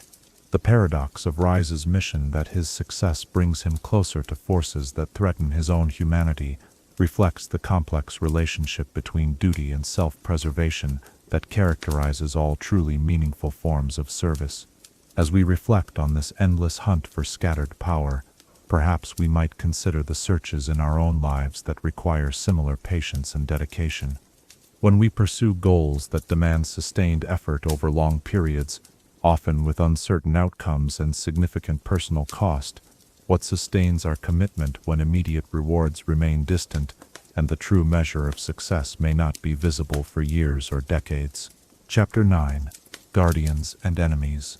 In the complex tapestry of alliances and conflicts that surround the search for cosmic power, the lines between friend and foe are rarely as clear as those who have never wielded ultimate force might expect them to be. Tonight, as we explore the intricate web of relationships that both aid and hinder Ryze's eternal mission, let us examine the guardians who share his burden from the shadows, the enemies who would claim runic power for their own purposes, and the profound moral questions that arise when protecting the world requires withholding the very knowledge that might help others understand the nature of the threats they face. The guardians who assist Ryze in his mission are a diverse and often secretive group, individuals and organizations who have recognized the cosmic threat posed by uncontrolled world runes, but who lack either the knowledge or the ability to address that threat directly. These allies operate according to different philosophies and methods, but they share a common understanding that some forms of power are too dangerous to be allowed to circulate freely among those who might be tempted to use them without fully comprehending their consequences. Some of these guardians are scholars who have dedicated their lives to preserving dangerous knowledge while ensuring that it never falls into the wrong hands. These individuals maintain hidden libraries and secret archives where information about world runes and their effects is carefully cataloged and protected. They serve as early warning systems for Ryze, using their networks of contacts and informants to alert him when signs of runic activity appear in regions he cannot personally monitor. Their contribution to his mission is invaluable, but it comes at the cost of living in constant awareness of threats that most of their contemporaries never even suspect exist. Other allies come from the ranks of those who have witnessed firsthand the devastating effects of cosmic power used without wisdom. Veterans of the ancient rune wars, where such individuals still survive, provide Ryze with practical knowledge about the patterns of runic influence and the warning signs that precede magical catastrophes. Their memories serve as living testimony to the importance of his mission, and their support provides him with emotional validation during moments when the weight of his responsibility threatens to overwhelm his resolve. The most effective of his allies are often those who ask the fewest questions about his methods or motivations. These individuals, ranging from innkeepers who provide him with shelter without inquiring about his business to local authorities who facilitate his investigations while remaining deliberately ignorant of their true purpose, understand intuitively that some secrets are best left unexplored. Their assistance is characterized by a kind of willful blindness that protects both them and his mission from the corrupting influence of too much knowledge about cosmic power. Among the most complex of his relationships are those with other magical practitioners who possess enough knowledge to understand the general nature of his quest, without knowing its specific details. These individuals often serve as informal consultants, providing him with insights about local magical phenomena or historical events that might be relevant to his search for world runes. The challenge in these relationships lies in maintaining their cooperation while withholding the specific information that might tempt them to pursue runic power for themselves. The enemies who oppose Ryze's mission represent a spectrum of motivations ranging from simple greed for power to genuinely noble intentions that have been corrupted by incomplete understanding of cosmic forces. The most dangerous of these adversaries are often those who believe themselves to be heroes, individuals who have convinced themselves that they can use world rune power responsibly to solve problems that conventional magic cannot address. Ambitious rulers represent one category of opposition, leaders who see cosmic power as the ultimate solution to threats facing their kingdoms or empires. These individuals often possess the resources and organizational capabilities to mount serious searches for world runes, and their political authority can complicate Ryze's efforts to prevent runic artifacts from falling into their hands. The tragedy of these conflicts lies in the fact that many such rulers are genuinely motivated by desire to protect their people, making Ryze's opposition to their goals appear selfish or misguided to outside observers. Scholarly organizations and magical institutions sometimes become adversaries when their research into cosmic phenomena brings them close to discovering world rune locations. These groups often possess the theoretical knowledge necessary to understand runic power in abstract terms, but they lack the practical experience that would teach them to fear such power rather than seek to exploit it. Ryze's efforts to discourage or redirect their research are frequently misinterpreted as attempts to monopolize knowledge for personal gain, creating conflicts that pit his hard-won wisdom against their academic freedom and intellectual curiosity. The most personally painful enemies are former allies who have been corrupted by exposure to runic power or even by knowledge about its existence. These individuals retain enough of their original personalities and motivations to make confrontation with them emotionally devastating for Ryze, who must often destroy people he once considered friends in order to prevent them from spreading cosmic corruption to others. The pattern of corruption among former allies has taught him to maintain emotional distance even from those who seem most trustworthy, a defensive mechanism that further increases his isolation, but which has proven necessary for the preservation of his mission. Perhaps the most insidious category of enemy consists of those who seek world runes not for personal power, but because they believe cosmic force can be used to impose their vision of perfect order upon the world. These individuals often possess genuinely admirable goals: the elimination of suffering, the establishment of lasting peace, the creation of societies where justice and prosperity are equally distributed, but their willingness to use ultimate power as a tool for achieving these goals makes them incredibly dangerous. The corruption of noble intentions by cosmic power is particularly tragic, because it demonstrates how even the most virtuous motivations can lead to catastrophic outcomes when combined with forces that transcend normal moral categories.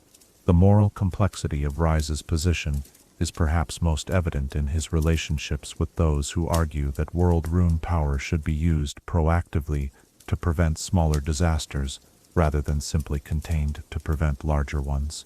These critics point out that his policy of containment allows countless smaller tragedies to occur that could potentially be prevented through careful application of cosmic power. They argue that his refusal to use the world runes he has collected represents a form of moral cowardice, a failure to accept responsibility for problems he possesses the power to solve. This criticism strikes at the heart of one of the most difficult aspects of Ryze's burden, the knowledge that he possesses power sufficient to address many of the world's problems, but that using that power would inevitably lead to consequences far worse than the problems it might initially solve. The temptation to make exceptions to his policy of containment is constant, particularly when he encounters situations where cosmic power could prevent immediate suffering or injustice. Maintaining his resolve in the face of such temptations requires a kind of moral strength that goes beyond normal human capacity for making difficult choices. The question of whether his mission represents protection or hoarding of power is one that Ryze himself grapples with during the quiet moments of his eternal vigil. The accumulated world runes in his possession represent enough power to reshape reality according to any vision he might choose to impose. Yet his commitment to preventing their misuse requires him to resist all temptation to employ them even for purposes he knows to be righteous. This self-imposed restraint sometimes feels indistinguishable from selfishness, particularly when he observes suffering that cosmic power could alleviate. The allies who support his mission often do so based on incomplete understanding of the forces involved, creating relationships built upon a foundation of necessary deception that troubles his conscience. He must present his quest in terms general enough to gain cooperation without revealing details that might corrupt his supporters or compromise his mission. This requirement for secrecy means that even his closest allies cannot fully appreciate the sacrifices he has made or the true nature of the burden he carries, leaving him isolated even within relationships that appear to offer companionship and understanding. The enemies who oppose him often possess motivations that he can understand and even sympathize with, creating conflicts where he must choose between preventing cosmic catastrophe and allowing smaller tragedies to occur. The weight of these choices accumulates over time, adding to the psychological burden of his mission and contributing to the gradual erosion of his connection to normal human moral categories.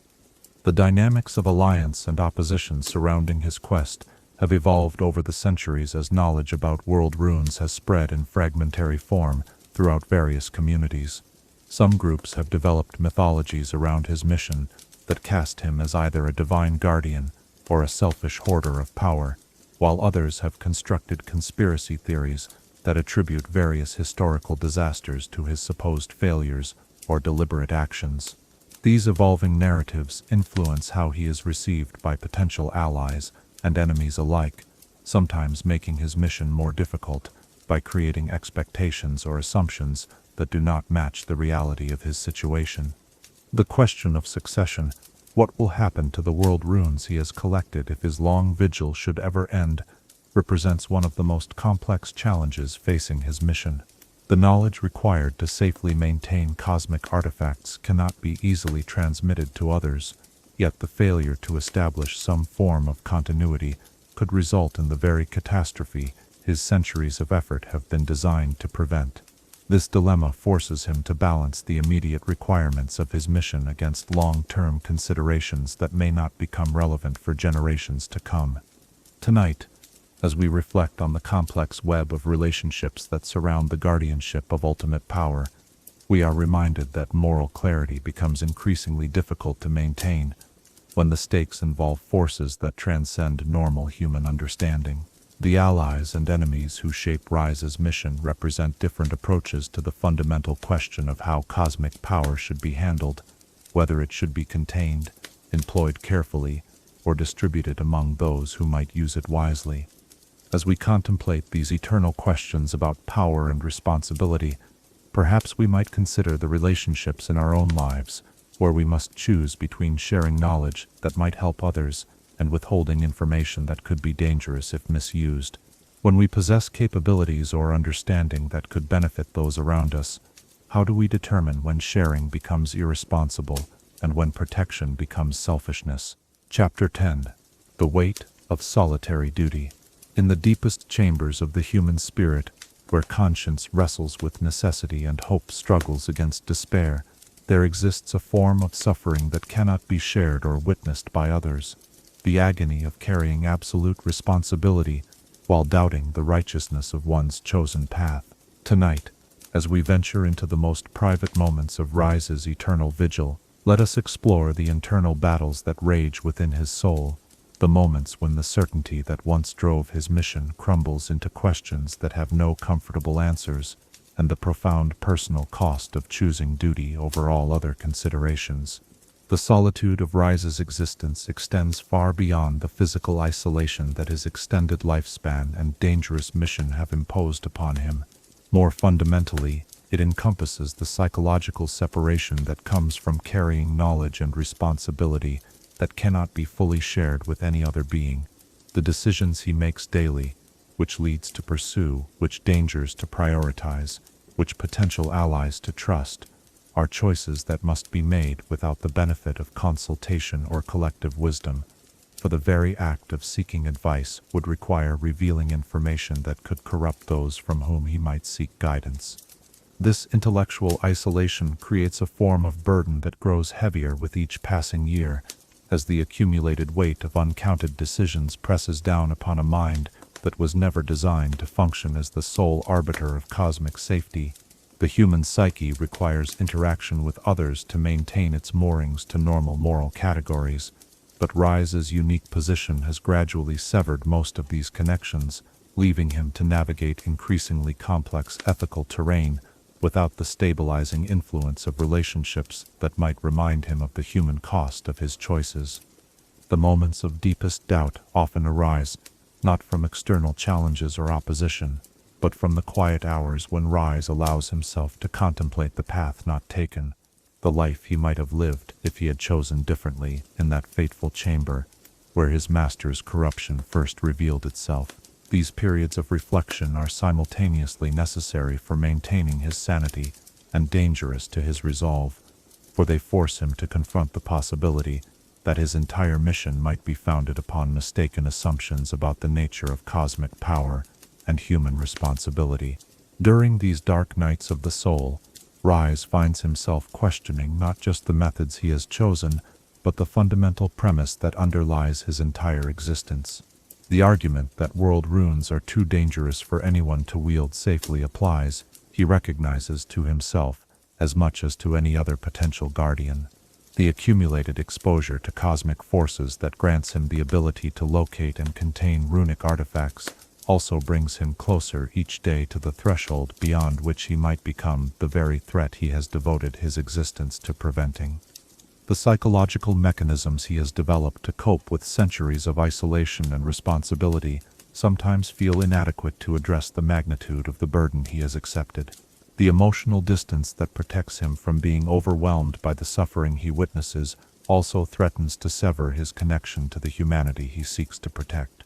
The detachment that allows him to make difficult decisions without being paralyzed by their immediate consequences sometimes leaves him wondering whether he has retained enough human empathy to make those decisions wisely. The temptation to abandon his mission entirely presents itself in countless forms throughout his long vigil. Sometimes it appears as simple exhaustion, the bone-deep weariness that comes from centuries of constant vigilance without rest or respite. Other times it manifests as philosophical doubt about whether his interference in the natural course of events might be causing more harm than good.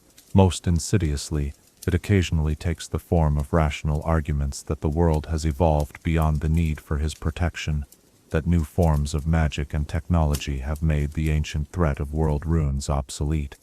The personal sacrifices that his mission has demanded extend far beyond the obvious costs of isolation and extended existence.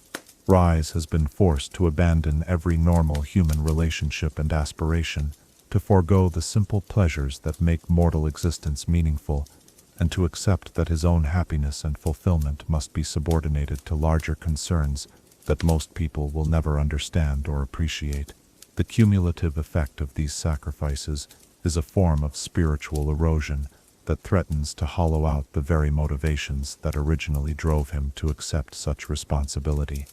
Perhaps most painful of all are the moments when he encounters situations where his refusal to use world rune power directly contributes to suffering that could have been prevented. Villages destroyed by natural disasters that cosmic force could have deflected, plagues that runic healing could have stopped, wars that might have been ended through the decisive application of ultimate power. These tragedies accumulate in his memory like weights added to an already crushing burden, each one raising the question of whether his policy of restraint represents wisdom or cowardice. The isolation of his position means that these moral struggles must be resolved through internal dialogue alone, without the benefit of perspectives that might provide clarity or comfort. The very people whose welfare drives his mission are the ones who cannot be allowed to understand the true nature of the choices he faces, creating a paradox where those he serves are necessarily excluded from participating in decisions about their own protection.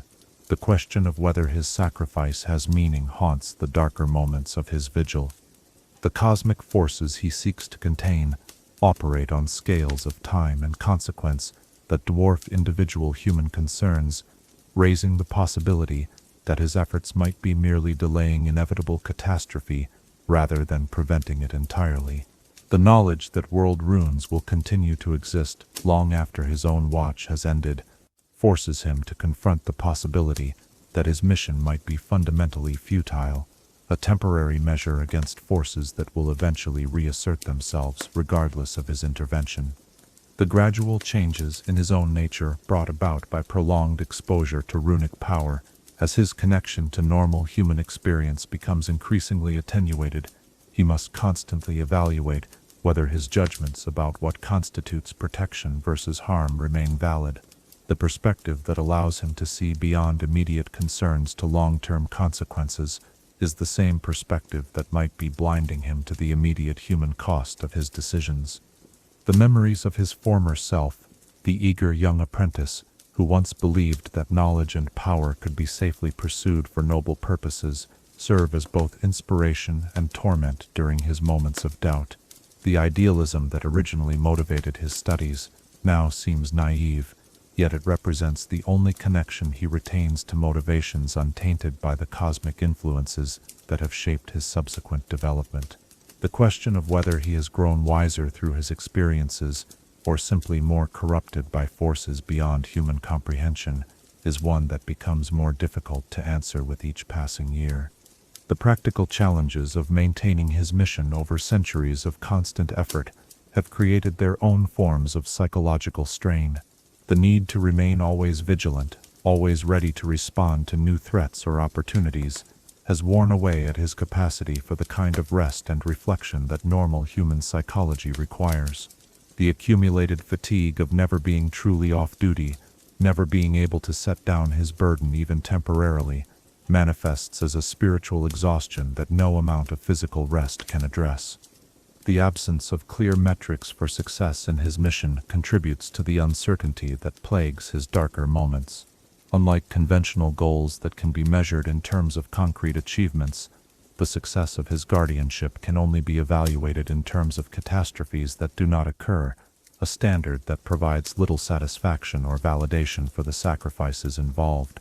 The possibility that he might labor for eternity without ever knowing whether his efforts have made any meaningful difference adds an existential dimension to his burden that goes beyond mere physical or emotional challenge. The knowledge that his mission might require him to eventually destroy the very people he seeks to protect, should they become corrupted by runic power, creates a moral complexity that normal ethical frameworks cannot adequately address. The possibility that love itself might become a weakness that compromises his ability to make necessary decisions forces him to maintain an emotional distance that feels increasingly like a betrayal of the human connections that originally gave his mission meaning. The question of legacy weighs heavily upon his contemplation of his own eventual fate. Whether his years of service will be remembered as heroic protection or selfish hoarding of power may depend upon factors entirely beyond his control. The perspective of future generations who will inherit the consequences of his choices without understanding the context that drove them. The possibility that history might judge him harshly despite his sacrifices adds a dimension of cosmic irony to his situation that sometimes threatens to overwhelm his resolve. Yet even in his darkest moments of doubt and despair, Ryze finds sources of strength that sustain his commitment to his chosen path. The memory of his master's fate serves as a constant reminder of what unchecked cosmic power can accomplish, while the few examples he has encountered of others who have maintained their humanity, despite exposure to ultimate force, provide hope that his own vigil need not end in corruption or madness. The quiet moments of beauty that occasionally break through the weight of his responsibility, a sunset viewed from a mountainside, the laughter of children in a village square, the simple kindness of strangers who offer hospitality without knowing his true nature, serve as reminders of what he seeks to preserve through his sacrifice.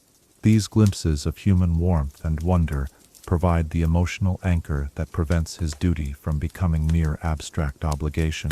Tonight, as we reflect upon the internal landscape of someone who has chosen to bear ultimate responsibility for forces beyond normal human comprehension, we are reminded that the greatest battles are often fought not against external enemies, but against the doubt and despair that arise from within our own consciousness. The weight of solitary duty is perhaps the heaviest burden any individual can accept, for it requires the strength to continue when certainty fails and hope becomes difficult to sustain. As we contemplate the private struggles that accompany profound responsibility, perhaps we might consider the moments in our own lives when duty and desire come into conflict, when the right choice seems to require sacrifices that feel too great to bear. In those moments of testing, what sources of strength do we draw upon to sustain our commitment to principles that transcend our immediate comfort or happiness? Chapter 11. Signs of growing danger. In the subtle rhythms of a world grown accustomed to magic as part of its natural order, certain disturbances begin to manifest with increasing frequency, anomalies so gradual in their development that most observers dismiss them as coincidence or natural variation, yet which collectively paint a picture of cosmic forces stirring towards some inevitable crescendo. Tonight, as we explore the mounting evidence that Ryze's long vigil may be approaching its most critical phase, let us examine the signs that suggest the world Rune's influence is spreading beyond the boundaries of safe containment, threatening to transform Runeterra itself into something unrecognizable to those who call it home. The changes begin in ways so subtle that only someone with Ryze's centuries of experience could recognize their significance. Magical phenomena that once followed predictable patterns start to exhibit variations that, while minor in individual instances, collectively suggest that the fundamental forces governing mystical energy are being influenced by sources beyond normal comprehension. Spells that should produce consistent results begin to fluctuate in power and effect, sometimes manifesting with unexpected intensity, while other times failing entirely, despite perfect execution by experienced practitioners. These magical disturbances follow patterns that correspond, with disturbing precision, to the locations where world runes have remained hidden for extended periods. The artifact's mere presence, even when dormant and undetected, appears to be gradually altering the mystical landscape of Runeterra in ways that could eventually destabilize the entire magical ecosystem upon which so much of the world's civilization depends. The realization that his careful containment efforts may not be sufficient to prevent cosmic influence from spreading adds a new dimension of urgency to Ryze's mission. The creatures of Runeterra, particularly those with natural sensitivity to magical energies, have begun to exhibit behavioral changes that suggest their instinctive awareness of cosmic disturbances. Migration patterns that have remained stable for millennia start to shift without apparent environmental cause, as animals flee from regions where runic influence has begun to alter the fundamental nature of mystical energy.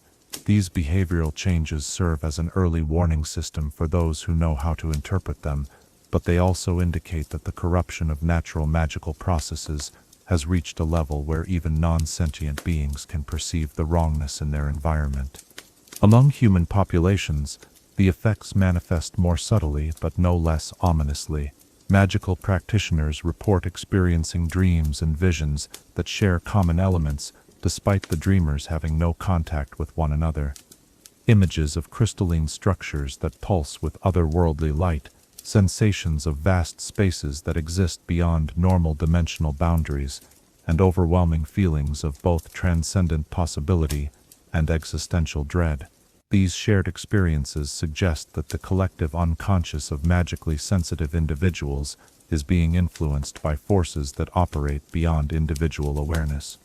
The technological innovations emerging from centers of magical research show signs of influence by concepts that their inventors cannot fully explain or understand. Hextech devices begin to exhibit capabilities that exceed their theoretical design parameters, while new magical techniques are developed through processes that their creators describe as inspiration rather than systematic research. These advances represent genuine progress in magical understanding, but they also suggest that human consciousness is being subtly guided toward discoveries that might not be entirely safe to pursue. Perhaps most concerning of all are the reports of individuals who demonstrate abilities that appear to transcend normal magical categories entirely. These people, scattered across different regions and backgrounds, begin to manifest powers that resemble on a smaller scale the cosmic forces contained within world runes themselves. Their abilities develop spontaneously, without training or even awareness of magical theory, suggesting that exposure to runic influence might be creating a new category of magical practitioner whose powers operate according to principles that existing magical institutions are unprepared to understand or contain. The geological and meteorological changes occurring across Runeterra provide additional evidence of growing cosmic influence.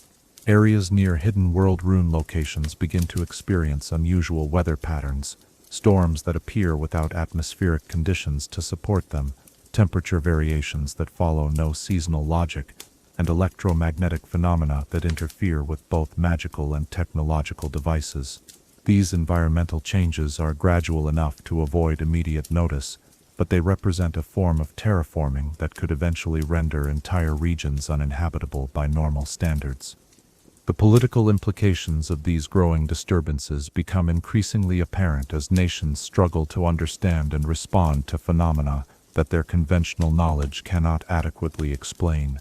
Diplomatic tensions arise as countries accuse each other of conducting secret magical experiments that might be responsible for the unexplained events occurring within their borders. These accusations are often incorrect in their specific details, but disturbingly accurate in their recognition that deliberate magical intervention is somehow involved in the spreading anomalies.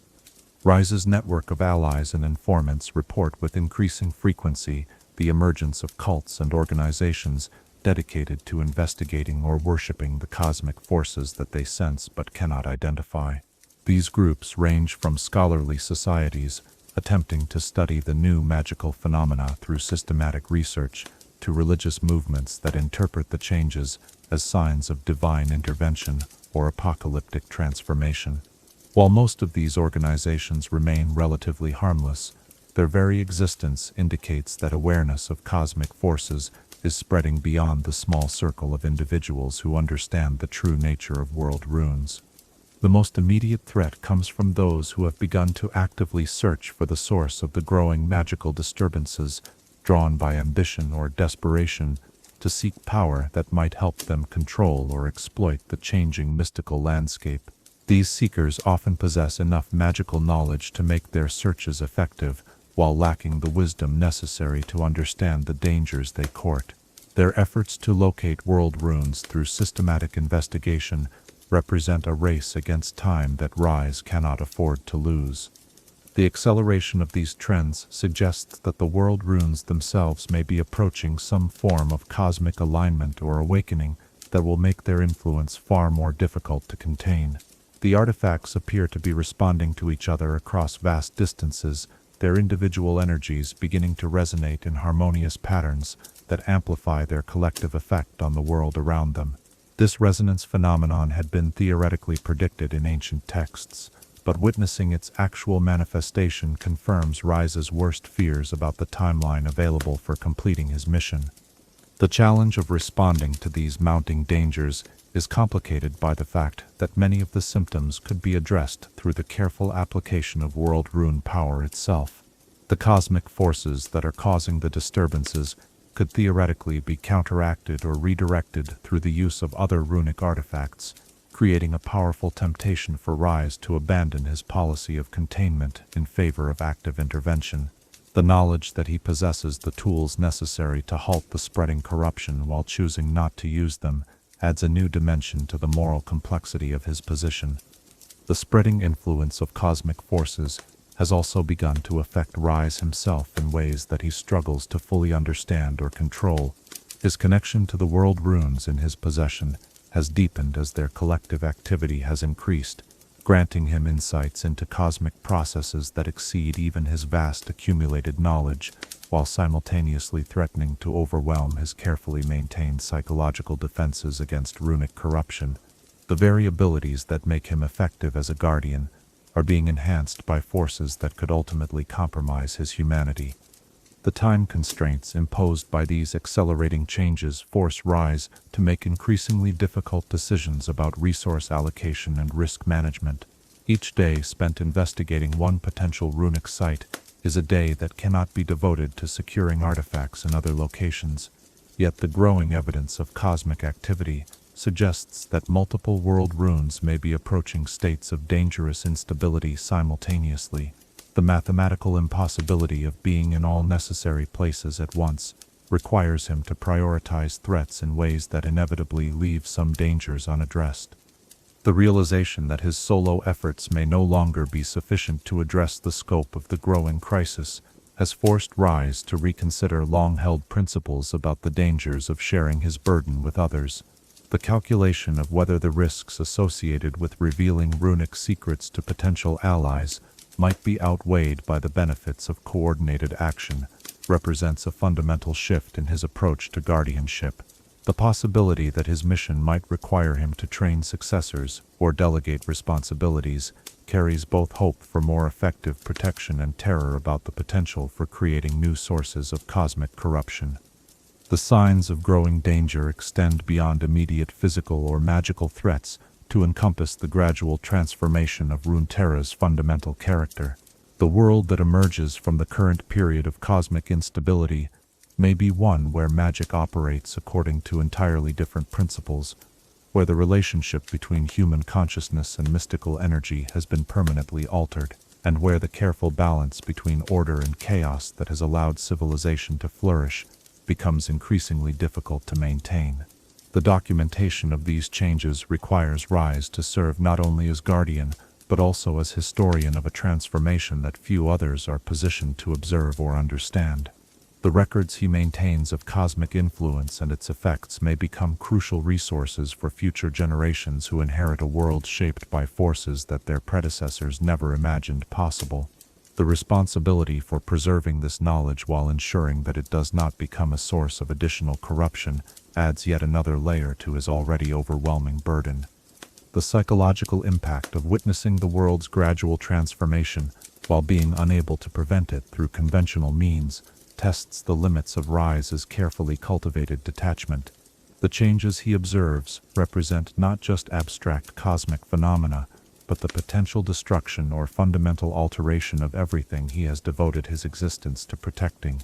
The possibility that his centuries of sacrifice might ultimately prove insufficient to preserve the world he has known adds an element of tragic futility to his continuing efforts.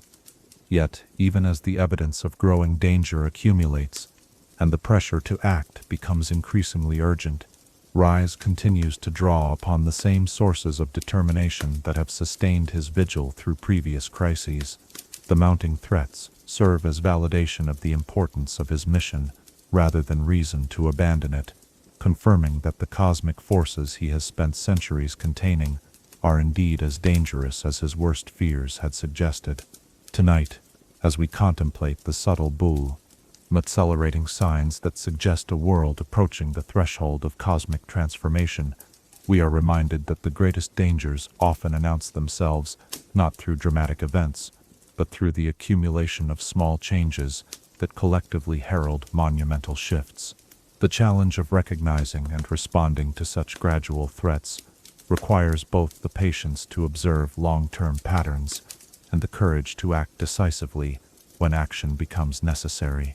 As we reflect on these signs of growing danger, perhaps we might consider the warnings in our own lives that announce themselves through subtle changes rather than obvious crises. When we observe patterns that suggest fundamental shifts in the world around us, do we possess the wisdom to recognize their significance before they reach the point where intervention becomes impossible? Chapter 12. The Eternal Vigil. At the culmination of our journey through the life and burden of Runeterra's most solitary guardian, we arrive at a place of profound understanding about the nature of sacrifice, duty, and the choices that define not just individual character, but the fate of entire worlds. Tonight, as we witness Ryze's acceptance of his unending responsibility and contemplate the deeper meanings embedded within his eternal quest, let us explore what it truly means to carry a burden that has no end, to find peace within perpetual struggle, and to discover purpose in the very sacrifices that seem to strip away everything that makes existence meaningful. The transformation from reluctant guardian to willing sentinel has occurred so gradually over the centuries that Ryze himself cannot identify the precise moment when his attitude toward his mission shifted from resignation to acceptance, from acceptance to something approaching gratitude. The burden that once felt like a crushing weight imposed by cosmic forces beyond his control has evolved into something more akin to a sacred calling, not because the weight has diminished, but because his capacity to bear it has grown in ways that transcend normal human development. This evolution represents more than simple adaptation to unchangeable circumstances. Through countless confrontations with cosmic power, through centuries of moral complexity and impossible choices, through the gradual erosion of his connection to normal human experience, Ryze has discovered that meaning can emerge from the very act of bearing witness to forces beyond mortal comprehension. His vigil has become a form of meditation on the relationship between power and responsibility that few beings have ever had the opportunity to explore so thoroughly.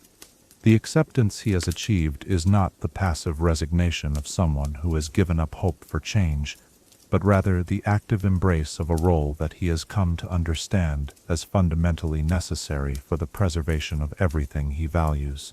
The cosmic forces contained within the world runes will continue to exist regardless of his personal feelings about them, and the choice between careful guardianship and chaotic abandonment is one that must be made by someone. His centuries of experience have taught him that he may be uniquely qualified to make that choice wisely. The loneliness that once tormented him has been transformed into a form of solitude that serves both as protection against corruption and as a means of maintaining the clarity necessary for cosmic responsibility. The emotional distance that separation from normal human relationships has imposed upon him allows him to perceive patterns and make decisions that someone more closely connected to immediate human concerns might find impossible. What appeared to be loss has revealed itself to be a different form of connection, a bond to humanity as a whole rather than to specific individuals. The knowledge that his vigil may indeed be eternal no longer fills him with despair, but rather with a kind of cosmic humility. The forces he guards against operate on scales of time that dwarf individual human existence, and the responsibility for containing them naturally extends beyond normal lifespans. His acceptance of immortality as the price of guardianship represents a fundamental shift in perspective from viewing extended existence as punishment to understanding it as the natural consequence of cosmic responsibility. The moral questions that once seemed to have no satisfactory answers have not been resolved through the discovery of perfect solutions, but rather through the recognition that perfection itself may be an inappropriate standard for evaluating choices made in the face of ultimate complexity. The decisions he makes about when to intervene and when to refrain from action are not perfect, but they are made with full awareness of their consequences and with commitment to principles that transcend personal interest. The world runes in his possession no longer feel like external artifacts that he must guard against, but rather like extensions of his own being that require constant attention and care. This integration has occurred not through corruption but through a form of symbiosis that allows him to contain cosmic forces while preserving his essential humanity. The balance he has achieved between guardian and guarded represents a new form of existence that transcends normal categories of human experience. The signs of growing cosmic instability that have begun to manifest across Runeterra serve not as evidence of his failure, but as confirmation of the ongoing necessity of his mission. The fact that containment has become increasingly difficult validates rather than undermines the importance of his efforts. The alternative to his continued vigilance is not the peaceful coexistence of cosmic forces with normal reality, but rather the transformation of Runeterra into something unrecognizable to those who currently call it home. His understanding of time itself has evolved through centuries of experience with forces that operate outside normal temporal boundaries. The urgency that once drove his mission has been tempered by the recognition that cosmic problems require cosmic patience. The apparent acceleration of runic activity may represent not the approach of final crisis, but rather the beginning of a new phase in the eternal cycle of containment and release that governs the relationship between ultimate power and manifest reality. The network of allies and enemies that surrounds his mission has taught him that his burden, while ultimately his alone to bear, exists within a larger context of individuals who struggle with their own relationships to power and responsibility. The corruption he has witnessed in others serves as a constant reminder of the dangers he faces, while the rare examples of wisdom and restraint provide hope that consciousness can successfully navigate exposure to ultimate force. The question of legacy, which once troubled him deeply, has been resolved through the recognition that the impact of his vigil cannot be measured in terms of conventional achievement or recognition. The catastrophes that do not occur because of his intervention represent a form of success that leaves no monuments or historical records, but which preserves the possibility for countless unknown achievements by future generations. His legacy exists in the continued existence of a world where normal human concerns can remain paramount, rather than being overshadowed by cosmic forces. The physical and psychological changes that prolonged exposure to runic power has wrought upon his being are no longer sources of regret, but rather adaptations that enable more effective guardianship. The blue-tinged skin that marks him as other than fully human serves as a visible reminder of his commitment and as a barrier against the temptation to resume normal human relationships that might compromise his mission. The accumulated knowledge that weighs upon his consciousness provides the understanding necessary to make informed decisions about cosmic matters. The moments of doubt and despair that still occasionally arise during his vigil are no longer seen as signs of weakness or failure, but as necessary reminders of his humanity. The capacity to question his choices and to feel the weight of his responsibility prevents him from becoming the kind of detached cosmic entity that would make decisions based purely on abstract principle rather than concern for the welfare of conscious beings. The techniques he has developed for maintaining psychological stability during extended exposure to cosmic forces have evolved into a form of spiritual practice that transcends conventional categories of meditation or contemplation. His vigil has become a continuous exercise in maintaining awareness of ultimate reality while preserving connection to immediate concerns, a balance that requires constant attention but which provides insights unavailable through any other means. The relationship between his individual mission and the broader cosmic order has clarified over time, revealing his role not as the sole protector of reality, but as one participant in a vast network of forces that maintain the balance between order and chaos. His acceptance of this position within a larger whole has brought a kind of peace that transcends the satisfaction available through conventional accomplishment. The understanding that his sacrifice may be invisible to those it protects no longer troubles him, for he has learned that the most meaningful forms of service are often those that leave no trace of their occurrence. The absence of recognition has become a form of freedom, allowing him to focus entirely on the effectiveness of his guardianship rather than on its perception by others. The possibility that future developments might render his mission obsolete, or that new forms of cosmic threat might emerge beyond his ability to address, does not diminish his commitment to his current responsibilities. The recognition that no form of protection can be permanent has led to acceptance of uncertainty as an inevitable component of meaningful action. As our exploration of Ryze's eternal vigil draws to its close, we find in his example not a story of tragedy or sacrifice in the conventional sense, but rather an illustration of how meaning can emerge from the willing acceptance of responsibility that transcends personal interest. His transformation from eager student to cosmic guardian represents one possible path for consciousness confronted with ultimate power, the path of service rather than dominance, of protection rather than exploitation. The vigil he maintains serves as a bridge between human understanding and cosmic reality, a form of translation that allows normal life to continue without being overwhelmed by forces beyond its capacity to comprehend. His solitude enables connection, his sacrifice preserves freedom, and his burden creates the possibility for others to live without such burdens. The eternal nature of his quest reflects not the futility of individual effort against impossible odds, but rather the continuous nature of the choice between wisdom and folly that confronts every conscious being.